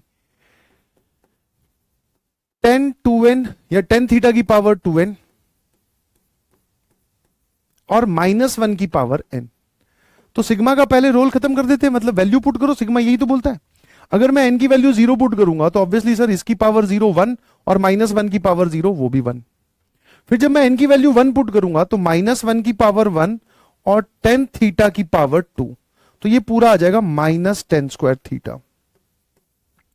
फिर जब मैं इसमें n की वैल्यू 2 पुट करूंगा तो -1 की पावर 2 और 10 थीटा की पावर 2 इंटू 2 सर ये हो जाएगा 4।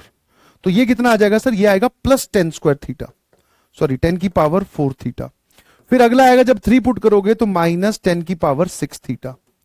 ऐसा चलता जाएगा इंफिनिटी तक। और मैं आपको ये बात काफी बार बता चुका हूं कि किसी भी इनफाइनाइट सीरीज में अगर हमारे पास ऑल्टरनेट प्लस माइनस साइन आ रहा है, दैट मींस उसका कॉमन रेशियो नेगेटिव है। तो इसकी जो पहली टर्म है वो है 1 और इसका जो कॉमन रेशियो है, इस टर्म को इससे डिवाइड करोगे तो -10² थीटा आएगा, इस टर्म को इससे डिवाइड करोगे तो भी -10² थीटा आएगा। तो इसका कॉमन रेशियो बेटा -10² थीटा है। तो जो आपके पास में x लिखा हुआ है दैट इज a/1 - r। तो sir basically this is 1/1 + 10² theta. 1 + 10² theta होता है बेटा sec² थीटा, और sec² थीटा न्यूमरेटर में जाके आप लिख सकते हो cos² थीटा। तो x की वैल्यू तो सर ये आई हुई है। आ जाओ भाई, अब y निकाल लेते हैं।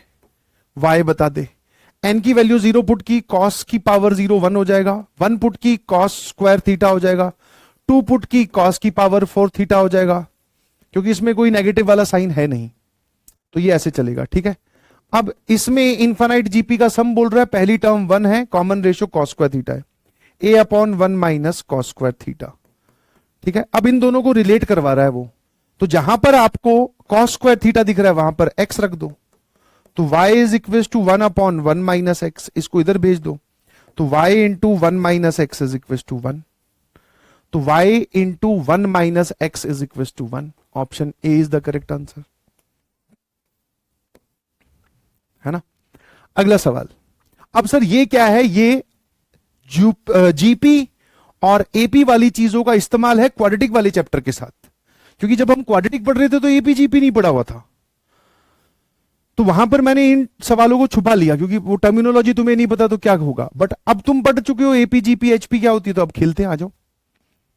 उसने बोला कि इस क्वाड्रेटिक के जो रूट्स है that is x² - 3x + p, वो रूट्स हैं अल्फा और बीटा, और इस क्वाड्रेटिक के जो रूट्स है +q, इसके रूट्स है गामा और डेल्टा, और अल्फा बीटा गामा डेल्टा ये एक जीपी में है। ठीक है सर, ये एक अलग इंफॉर्मेशन दे रखी है कि अल्फा बीटा गामा डेल्टा ये सारे लोग एक जीपी बनाते हैं, और हमसे पी और क्यू के बारे में जानकारी पूछी है। तो सर पहले तो अल्फा बीटा को पी और क्यू से रिलेट करते हैं। मैंने कहा देख भाई, sum of the roots product of the roots सबको लिखना आता है, alpha plus beta is basically 3, alpha into beta that is P. यहां पर भी gamma plus delta sum of the roots that is 6, gamma into delta that is Q, है ना, है ना। ठीक है भाई, अब क्या करें,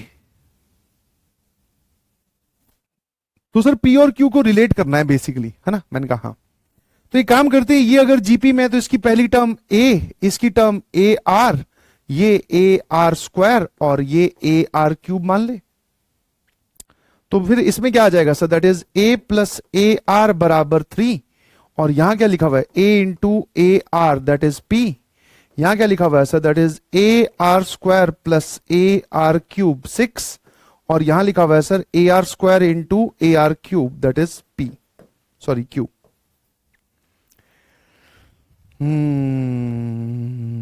तो पी और क्यू तो मेरे ख्याल से रिलेट ही हो गए,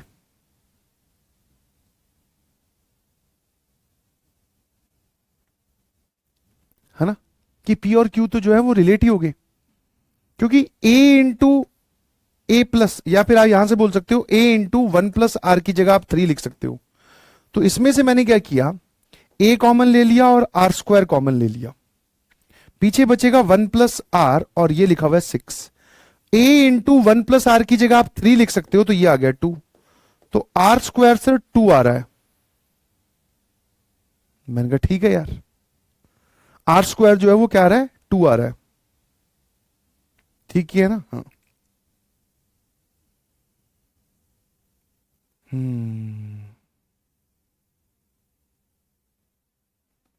ठीक है भाई। अब जो आपसे पूछा एक बार उसको देखें कि 2q plus P upon 2q minus P पूछा है। 2q की जगह क्या लिख सकता हूं मैं? ए स्क्वायर आर की पावर 5 प्लस पी। अच्छा, मैं यार इसमें दोनों में रिलेशन बनाना चाह रहा हूं एक, क्योंकि ए पी और क्यू में एक रिलेशन बन जाए तो सीधा सीधा हमारा जवाब आ जाएगा।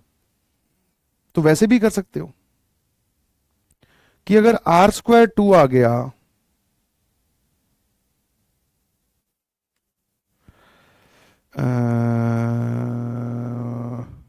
ठीक है, तो सर यहां से आ रहा है ए स्क्वायर आर की पावर 5 बराबर क्यू। इसको मैंने जरा देखना कैसे लिखा। इसको लिखा ए स्क्वायर इंटू आर की पावर 4 बराबर क्यू। कोई दिक्कत तो नहीं है? क्योंकि देखो यही लिखा हुआ है ए स्क्वायर इंटू आर की पावर 5। अब जरा देखना, ए स्क्वायर इंटू आर जहां लिखा हुआ है उसकी जगह मैं पी लिख सकता हूं, इसकी जगह, और आर की पावर 4 कितना हो जाएगा सर? वो हो जाएगा 4। तो आर की पावर 4 की जगह 4, और ये लिखा हुआ है सर क्यू। बस यही रिलेशन चाहिए था। तो Q जो है वो 4P के बराबर है, तो Q की जगह 4P, तो 2 into 4P plus P whole divided by 2 into 4P minus P। 8 और 1 this is 9P upon 7P। Sir 9:7 ratio आ गया। ठीक है, तो सीधा सीधा एक रिलेशन निकालना था 9:7। ठीक है, अब आप यहां पे देख सकते हैं बेसिकली बस रिलेशन की। हाँ यार, इसको इसके साथ सेट करके, ऐसा जरूरी नहीं है कि आप पी क्यू ए और आर सबकी वैल्यू निकालो। आर आ गया तो सर हम चल पड़े ए की वैल्यू निकालने, फिर ए आ गया तो फिर पी की वैल्यू निकालने, फिर क्यू की, फिर इसका आंसर निकालने। नहीं, थोड़ी सिंप्लीफिकेशन सीखो और इस चीज पे फोकस करो कि आपसे पूछा क्या है। अब चाहे आप उसमें जो चीज पूछी है वहां तक पहुंच रहे हो दुनिया भर की कैलकुलेशन करके, या फिर आप डायरेक्टली जो हमें चाहिए। अब आपको सर ये बात कैसे फील आई कि पी और क्यू में एक रिलेशन बना लें? तो मैंने कहा देख, P जो है वो A और R से रिलेट हो रहा है, और Q भी A और R से रिलेट हो रहा है, और P और Q को खुद रिलेट कर रखा है। तो मुझे दिख रहा था कि मैं P और Q में कोई ना कोई रिलेशन बना लूंगा। थोड़ा सा सोचा, ढंग से बस लिखा, बन ही गया और सीधा सीधा आंसर आ गया। अब A, P और Q इनकी वैल्यू क्या है मुझे उससे कोई लेना देना नहीं, मेरा आंसर आ गया। तो ये सब मैनिपुलेशन, सिंप्लीफिकेशन सीखे। 41 एक बहुत अच्छा सवाल है, और इसमें आपको देखना चाहिए कि कई कई बार जब कोफिशिएंट्स यूज किए जाते हैं पॉलिनोमियल इक्वेशन में, उनका एपी में और जीपी में होना कितना खतरनाक या फिर कितना बढ़िया खूबसूरत रिजल्ट निकल के आता है।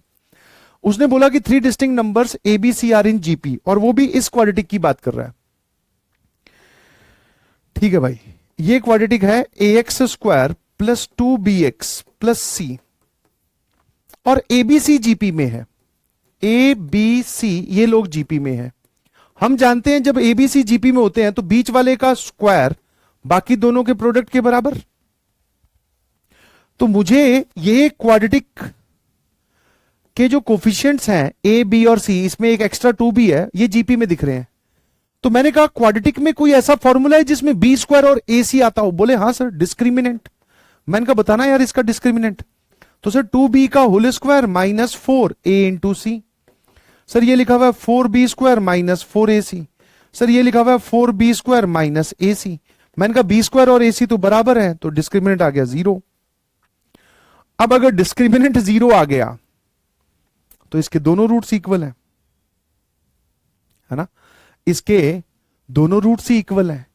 तो एक क्वाड्रेटिक में कुछ कोफिशिएंट्स हमें जीपी में दे रखे थे, उससे साफ साफ पता चल रहा है कि उस क्वाड्रेटिक के दोनों रूट्स बराबर हैं। ठीक है, अच्छा एक बात बताओ, वो दोनों रूट्स होंगे क्या? वो दोनों रूट्स होंगे क्या?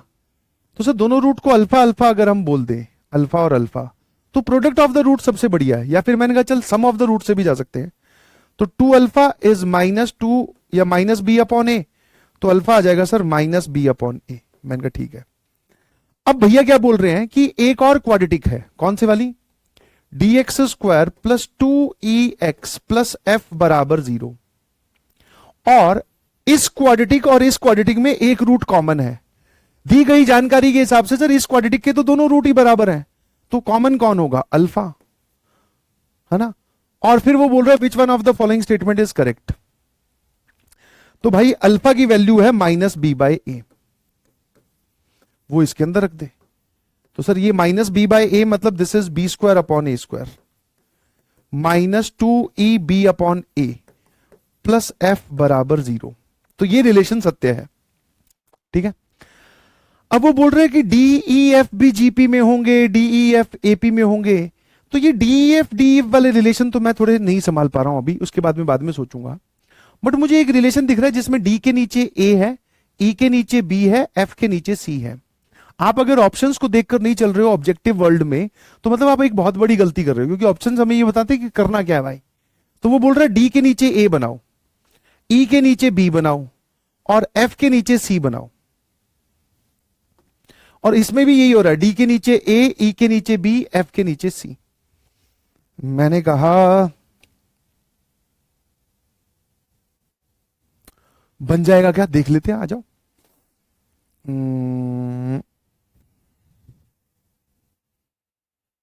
बन गया। डी के नीचे मुझे एक ए चाहिए, जरा देखना, डी जहां पर बी स्क्वायर है, क्या मैं उसकी जगह ए सी लिख सकता हूं? इस बी स्क्वायर की जगह ए सी, -2ba प्लस एफ, और ई के नीचे मुझे क्या चाहिए? ई के नीचे बी। ठीक है ठीक है, टेंशन ना लो, टेंशन ना लो।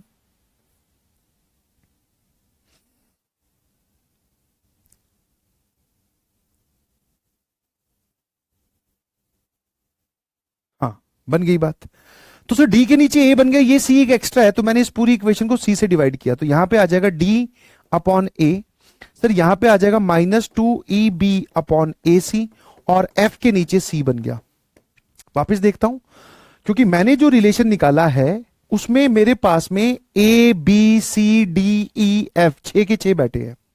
तो मैं पहले उन रिलेशंस के बारे में सोचूंगा जिसमें A B C D E F सारे होंगे। मैं इनके बाद में सोचूंगा, क्योंकि इसमें सिर्फ 3 ही है। अब इनमें से कहां से ए बी सी को गायब करूं सर? तो फिर मैंने देखा कि यार इन दोनों में डी के नीचे ए है, तो मुझे इस रिलेशन से डी के नीचे ए बनाना था। तो मुझे यहां पर ए वाली टर्म चाहिए ताकि ए के कैंसिल हो, तो बी स्क्वायर और ए सी बराबर दे रखे, इसकी जगह ए सी रखा। फिर मुझे सिर्फ डी के नीचे ए चाहिए, तो ये जो सी एक्स्ट्रा था उस पूरे से डिवाइड कर दिया। ऐसा करने से फायदा यह भी हुआ कि एफ के नीचे सी बन गया, और उसने भी एफ के नीचे सी बनाने के लिए बोला है।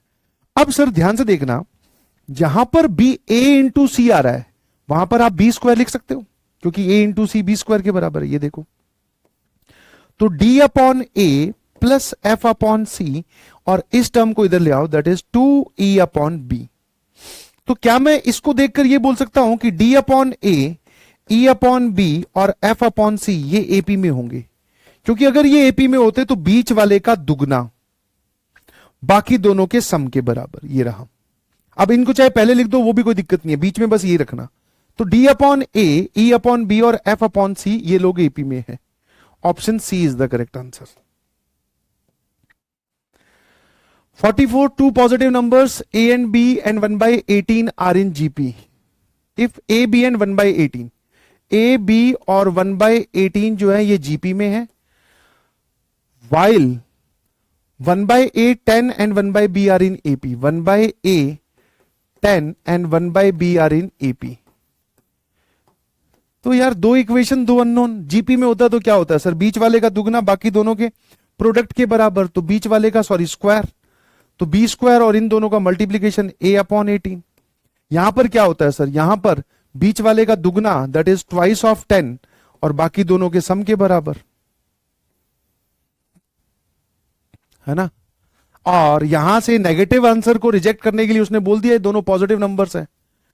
अब यार ये तो सॉल्व होना चाहिए। देखो दो इक्वेशन दो अननोन में भी अभी आपको दिक्कत आ रही है, दैट मींस आप कैलकुलेशन वाला पार्ट सिर्फ देख रहे हैं, खुद नहीं कर रहे हैं। अभी भी इस वीडियो के सामने बहुत सारे बच्चे ऐसे होंगे जो पूरी पूरी कैलकुलेशन देख रहे हैं, जिस पॉइंट पे आप अटके वो ऐसा नहीं था कि वो कोई 5-10 स्टेप थे, आप एक ही स्टेप पे अटके हैं। जैसे ही आपको वो स्टेप पता चले उसके आगे की वीडियो देखनी नहीं चाहिए, रोक दो, खुद करो, तभी तो समझ में आएगा। अब यहां से यहां कैसे एक अप्रोच बनाए सर।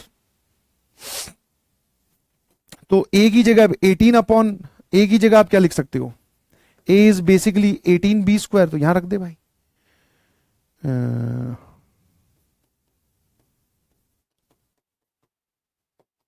यार मेरे ख्याल से तो ये हो जाना चाहिए अब। सर एलसीएम क्यूबिक तक जा रहा है, तो मैंने कहा यार क्यूबिक से तो ऐसे डर रहा है जैसे तुझे बताई नहीं रखी है कि क्यूबिक कैसे सॉल्व करते हैं। तो सॉल्व हो जाएगी, क्या दिक्कत है। वैसे क्यूबिक तक जा नहीं रहा, 18b² इसका एलसीएम है, 1 + 18b आ जाएगा सर, ये लो। अब उसको इधर लेके जाओगे सर, ये कितना हो जाएगा, 18 × 2 36, मतलब 18 × 2 इज 36, है ना। तो 360b² minus 18b minus 1 is equal to 0। अब सर इसको कर लेते हैं, और क्या यार, खुद करे प्लीज, खुद करे, डू इट बाय। कर देता हूं भाई, वरना पता चला सारा इतनी मेहनत की और लास्ट में फिर कोई ना कोई तो निकल ही आएगा, है ना। क्योंकि बहुत सारे बच्चे मैं देख रहा हूं कुछ ना कुछ कमेंट करना ही है। सर एक तो लिख रहा है डिब्बी नंबर 52 में जो मेथड यूज हो रहा है वो आपने बताया ही नहीं हमें क्लास में, और डिब्बी नंबर 52 और कुछ नहीं, एजीपी का सवाल है। तो मैं देख रहा हूं कि भाई मैंने एजीपी का मेथड नहीं बताया तो मैं पढ़ा क्या आया, मैं खुद सोच में चला गया ऐसे ऐसे कमेंट देखकर। तो इसीलिए मैं बोलता रहता हूं कि भाई बीच में ना जो तुम्हें पॉजिटिव फील होता है वो लिख दिया करो, क्योंकि वो तुम्हारे कमेंट तो तुम्हारे लिए तो 1 या 2 सेकंड का काम है, बट वो मेरे लिए एनर्जी का काम करता है यार, ठीक है ना। कभी कभी बोलता हूं क्योंकि ऐसे कमेंट्स जो नेगेटिव एनर्जी दे जाते हैं उनसे फिर बचने के लिए पॉजिटिव एनर्जी भी तो चाहिए। क्योंकि वो तो कमेंट मुझे ऐसा कर गया था कि भाई मैं तो घबराहट ही होगी मुझे, मैंने कहा यार मैं कहीं ज्यादा हाई लेवल ज्यादा अच्छा पढ़ाने के चक्कर में ऐसा तो नहीं है कि कुछ ही ना समझ में आ रहा हो बच्चों को, तो लेवल लो कर देते हैं, पता नहीं मतलब डाउट में चला गया। अब इसको देख लो यार, तो 9 × 4 × 10, 5 × 2। अब ये जो काम मैं कर रहा हूं ना, ऐसा तुम्हें पता क्यों बोलता हूं इसको देखने के लिए, क्योंकि मैं जो काम कर रहा हूं ये मेरे से तुम ज्यादा इफेक्टिवली और बिना कैलकुलेशन एरर के तुम कर सकते हो। सर ये आ जाएगा 3 × 3, ये आ जाएगा 2 × 2, 18 लेकर आना है ना। तो 9 × 2 18, 18 और 20 बोल रहा है, वो तो गलती बोल रहा है सर। तो ये आ गया सर 10, ये कितना आ गया 9, 18 और 36 और 10। तो एक तो काम करो, ये कितना आ गया 9 × 5 45 और 8, नहीं तो सर ये आ रहा है 2 की पावर 3, 3 की पावर 2 × 5 की पावर 1। 360 का कोई फैक्टर कॉमन आना चाहिए बढ़िया सा।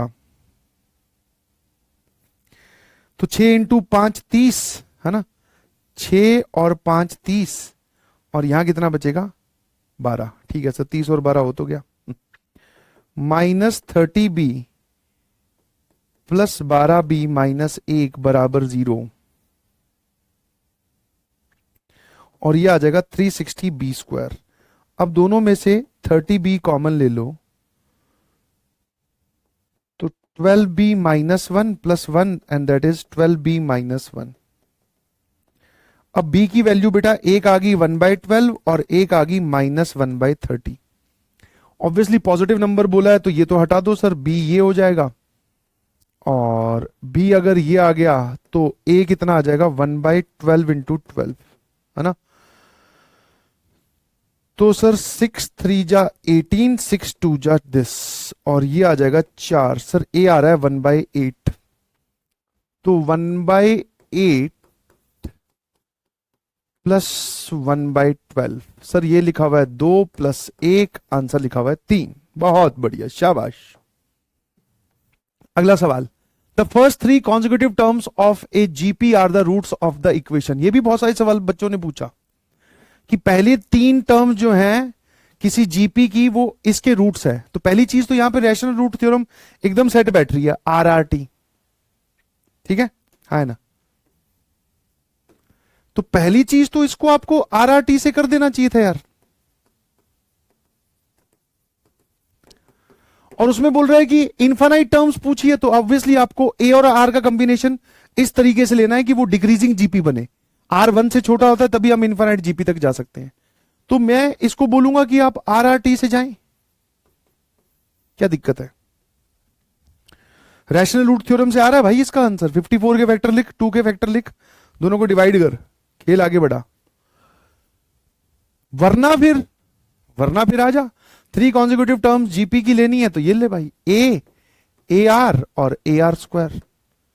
अब क्या है, सम ऑफ द रूट्स लो, सम ऑफ द रूट्स में क्या आ जाएगा 1 प्लस आर स्क्वायर, ये लो, तो प्लस माइनस तो ये आ जाएगा 19/2। Sum of the product of the roots taken 2 at a time, तो that is A square r plus a square r cube plus a square are square, और वो आ रहा है सर 57/2। और product of the roots that is a cube r cube, sir वो आ रहा है 54/2। मेरे ख्याल से ये 27 होता है।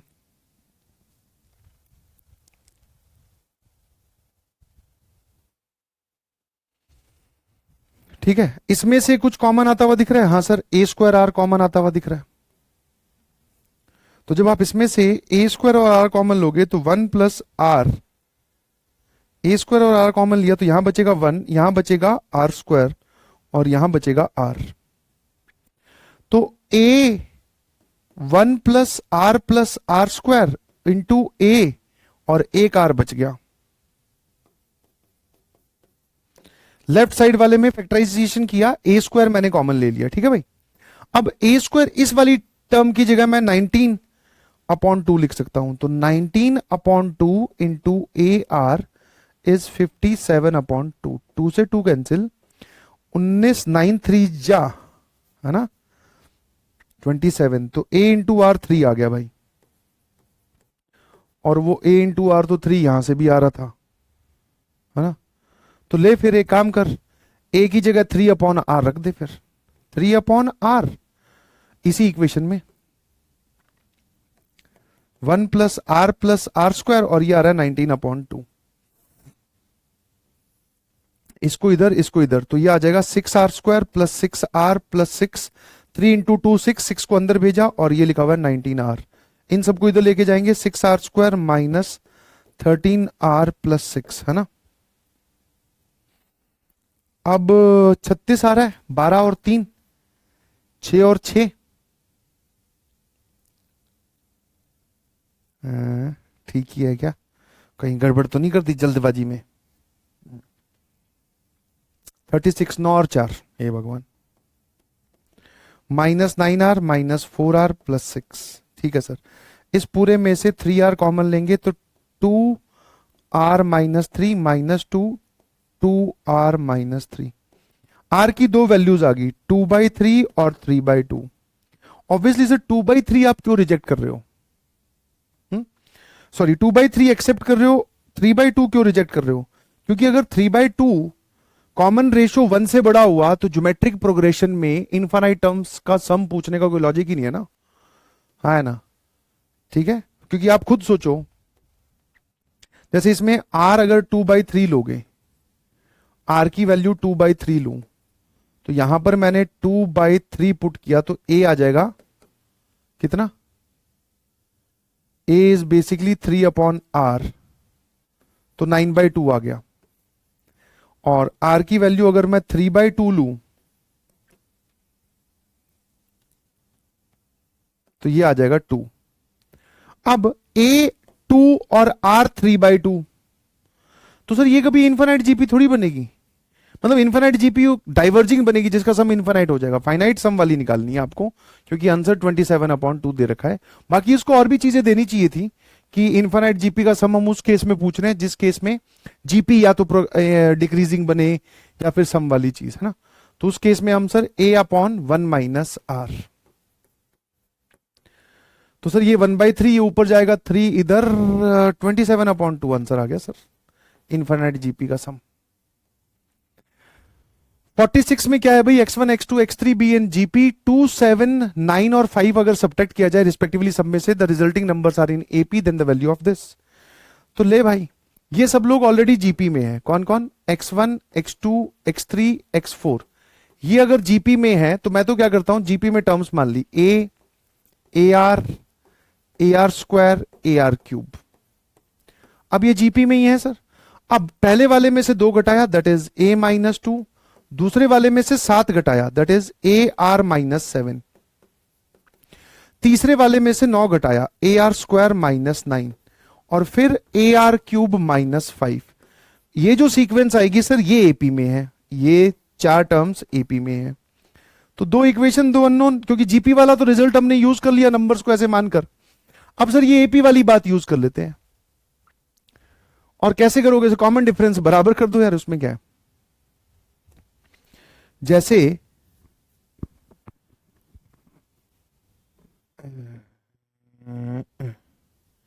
इसमें बीच वाले का दुगना बाकी दोनों के सम के बराबर, ये तीनों एपी में है तो बीच वाले का दुगना बाकी दोनों तीनों के सम के बराबर। ए और आर में एक रिलेशन बनाया, निकाल लो। मेरे ख्याल से तो इतने सवाल करवा दिए हैं, हो जाना चाहिए। वरना एक काम करो, कॉमन डिफरेंस निकाल लो ना, AR-7 -A+2 हो जाएगा, ये कॉमन डिफरेंस है डी। फिर यही कॉमन डिफरेंस इन दोनों को घटाकर आना चाहिए, AR स्क्वायर -9 AR+7, और फिर यही कॉमन डिफरेंस इन दोनों को निकालने से आना चाहिए, AR क्यूब -5 AR स्क्वायर +9। ठीक है भाई, तो ये क्या लिखा हुआ है, AR -A-5 है ना, देख लेना भाई। और सर ये लिखा हुआ है AR स्क्वायर -AR-2, और ये लिखा हुआ है sir AR cube AR square +4, और ये सारे के सारे डी के बराबर है। अब ए और आर हमें सॉल्व करना है, ठीक है, इसको इक्वेट करना, AR -A, तो ये डी इधर जाएगा, डी के पास +5 हो जाएगा, D +5। फिर सर ये वाली चीज को इससे इक्वेट करना, तो ये -2 उधर जाएगा तो ये हो जाएगा D+2, और इधर क्या लिखा हुआ है, इन दोनों में से अगर मैं AR कॉमन लूं, इसमें से भी A कॉमन ले लो, ये लिखा हुआ R-1, इन दोनों में से AR कॉमन लिया तो सर ये भी R-1, और फिर ये वाली टर्म उधर जाएगी D के बगल में, तो ये हो जाएगा D-4, और ये क्या लिखा हुआ है, AR स्क्वायर कॉमन लेने के बाद में दिस इज ऑल्सो R-1। तो ले भाई इन दोनों को डिवाइड कर दिया पहले, तो यहां से कितना आ जाएगा, ये गया AA, 1/R इज D+5/D+2, और फिर इन दोनों को डिवाइड किया तो ये 1/R इज D+2/D-4 है ना। तो ठीक है, अब इन दोनों को इक्वेट कर दे, D आ जाएगा तो A और R आ जाएंगे, बस यही तो खेल खेलना है। तो D+5/D+2 इज D+2/D-4, ये आएगा सर D स्क्वायर +D-20, और ये आएगा D स्क्वायर +4D+4।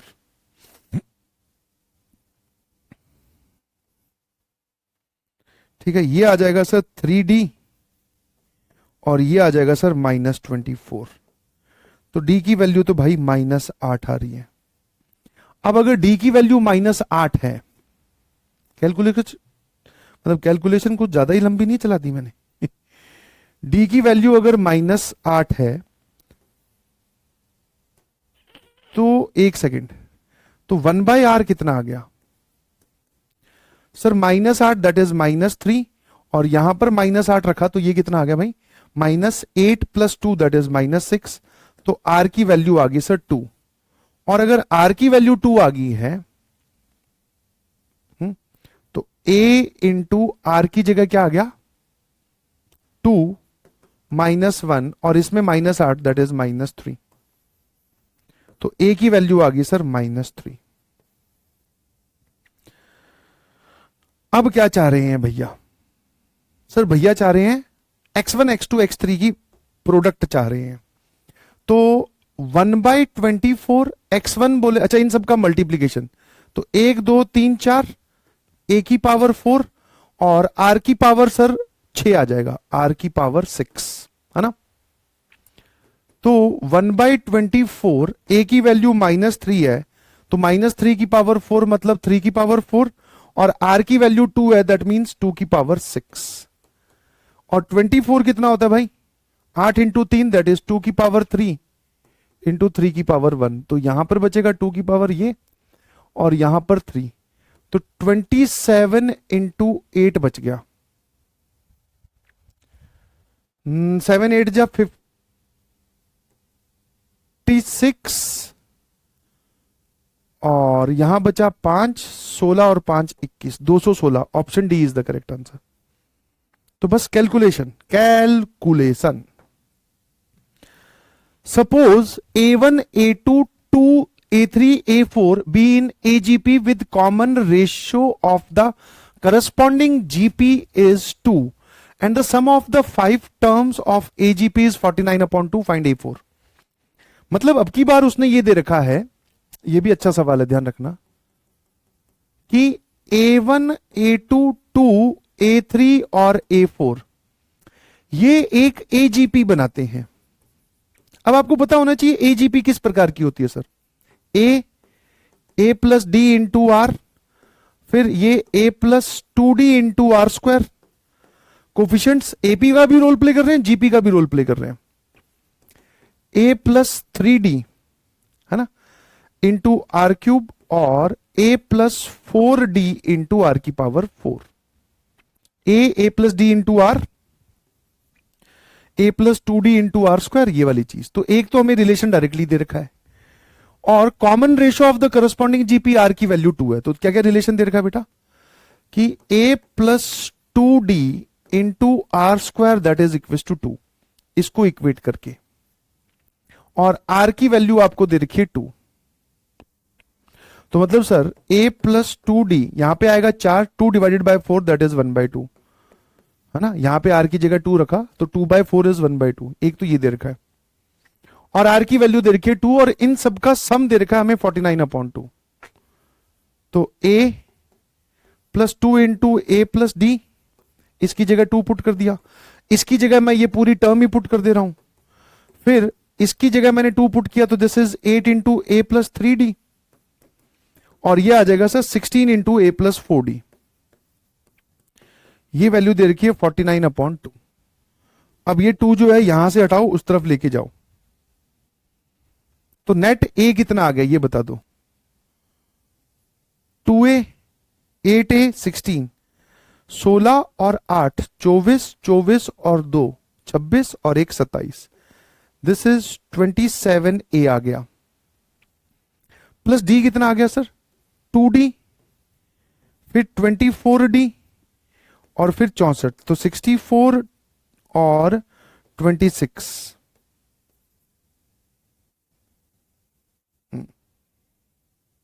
64 24 और 2, 24 और 2 26 हो गया, बिल्कुल सही, 90 आ गया सर।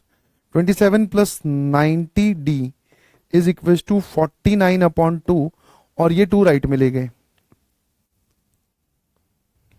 है ना। 9 कॉमन ले लेते हैं तो 3A प्लस 10D इंटू 9, और ये कितना आ जाएगा भाई? 45/2। सर ये 5 उड़ा दो, तो भाई 3a प्लस 10d इज 5/2, है ना। इस पूरे को अगर मैं 5 से मल्टीप्लाई कर दूं तो 5a plus 10d is equal to 5/2। घटा दे दोनों को तो सर ऑब्वियसली -2a बराबर आ गया 0। तो a की वैल्यू तो सर 0 है। a अगर 0 है तो d 1/4 हो गया, है ना। क्या पूछ रहा है? a4 पूछ रहा है, मतलब सर वो ये वाली वैल्यू पूछ रहा है। तो a plus 4d into r की power 4, a0 4 into 1/4 into r की पावर 4 दैट इज 2 की पावर 4। सर ये लिखा हुआ है 1 इंटू 2 की पावर 4 16, आंसर इज 16। तो जो जो उसने बोला वो मैं करता गया। ठीक है जी, चलिए बहुत बहुत धन्यवाद, थैंक यू सो मच। बहुत जल्द फिर मुलाकात होगी अगली डिब्बी डिस्कशन वीडियो में। Bye bye, thank you so much.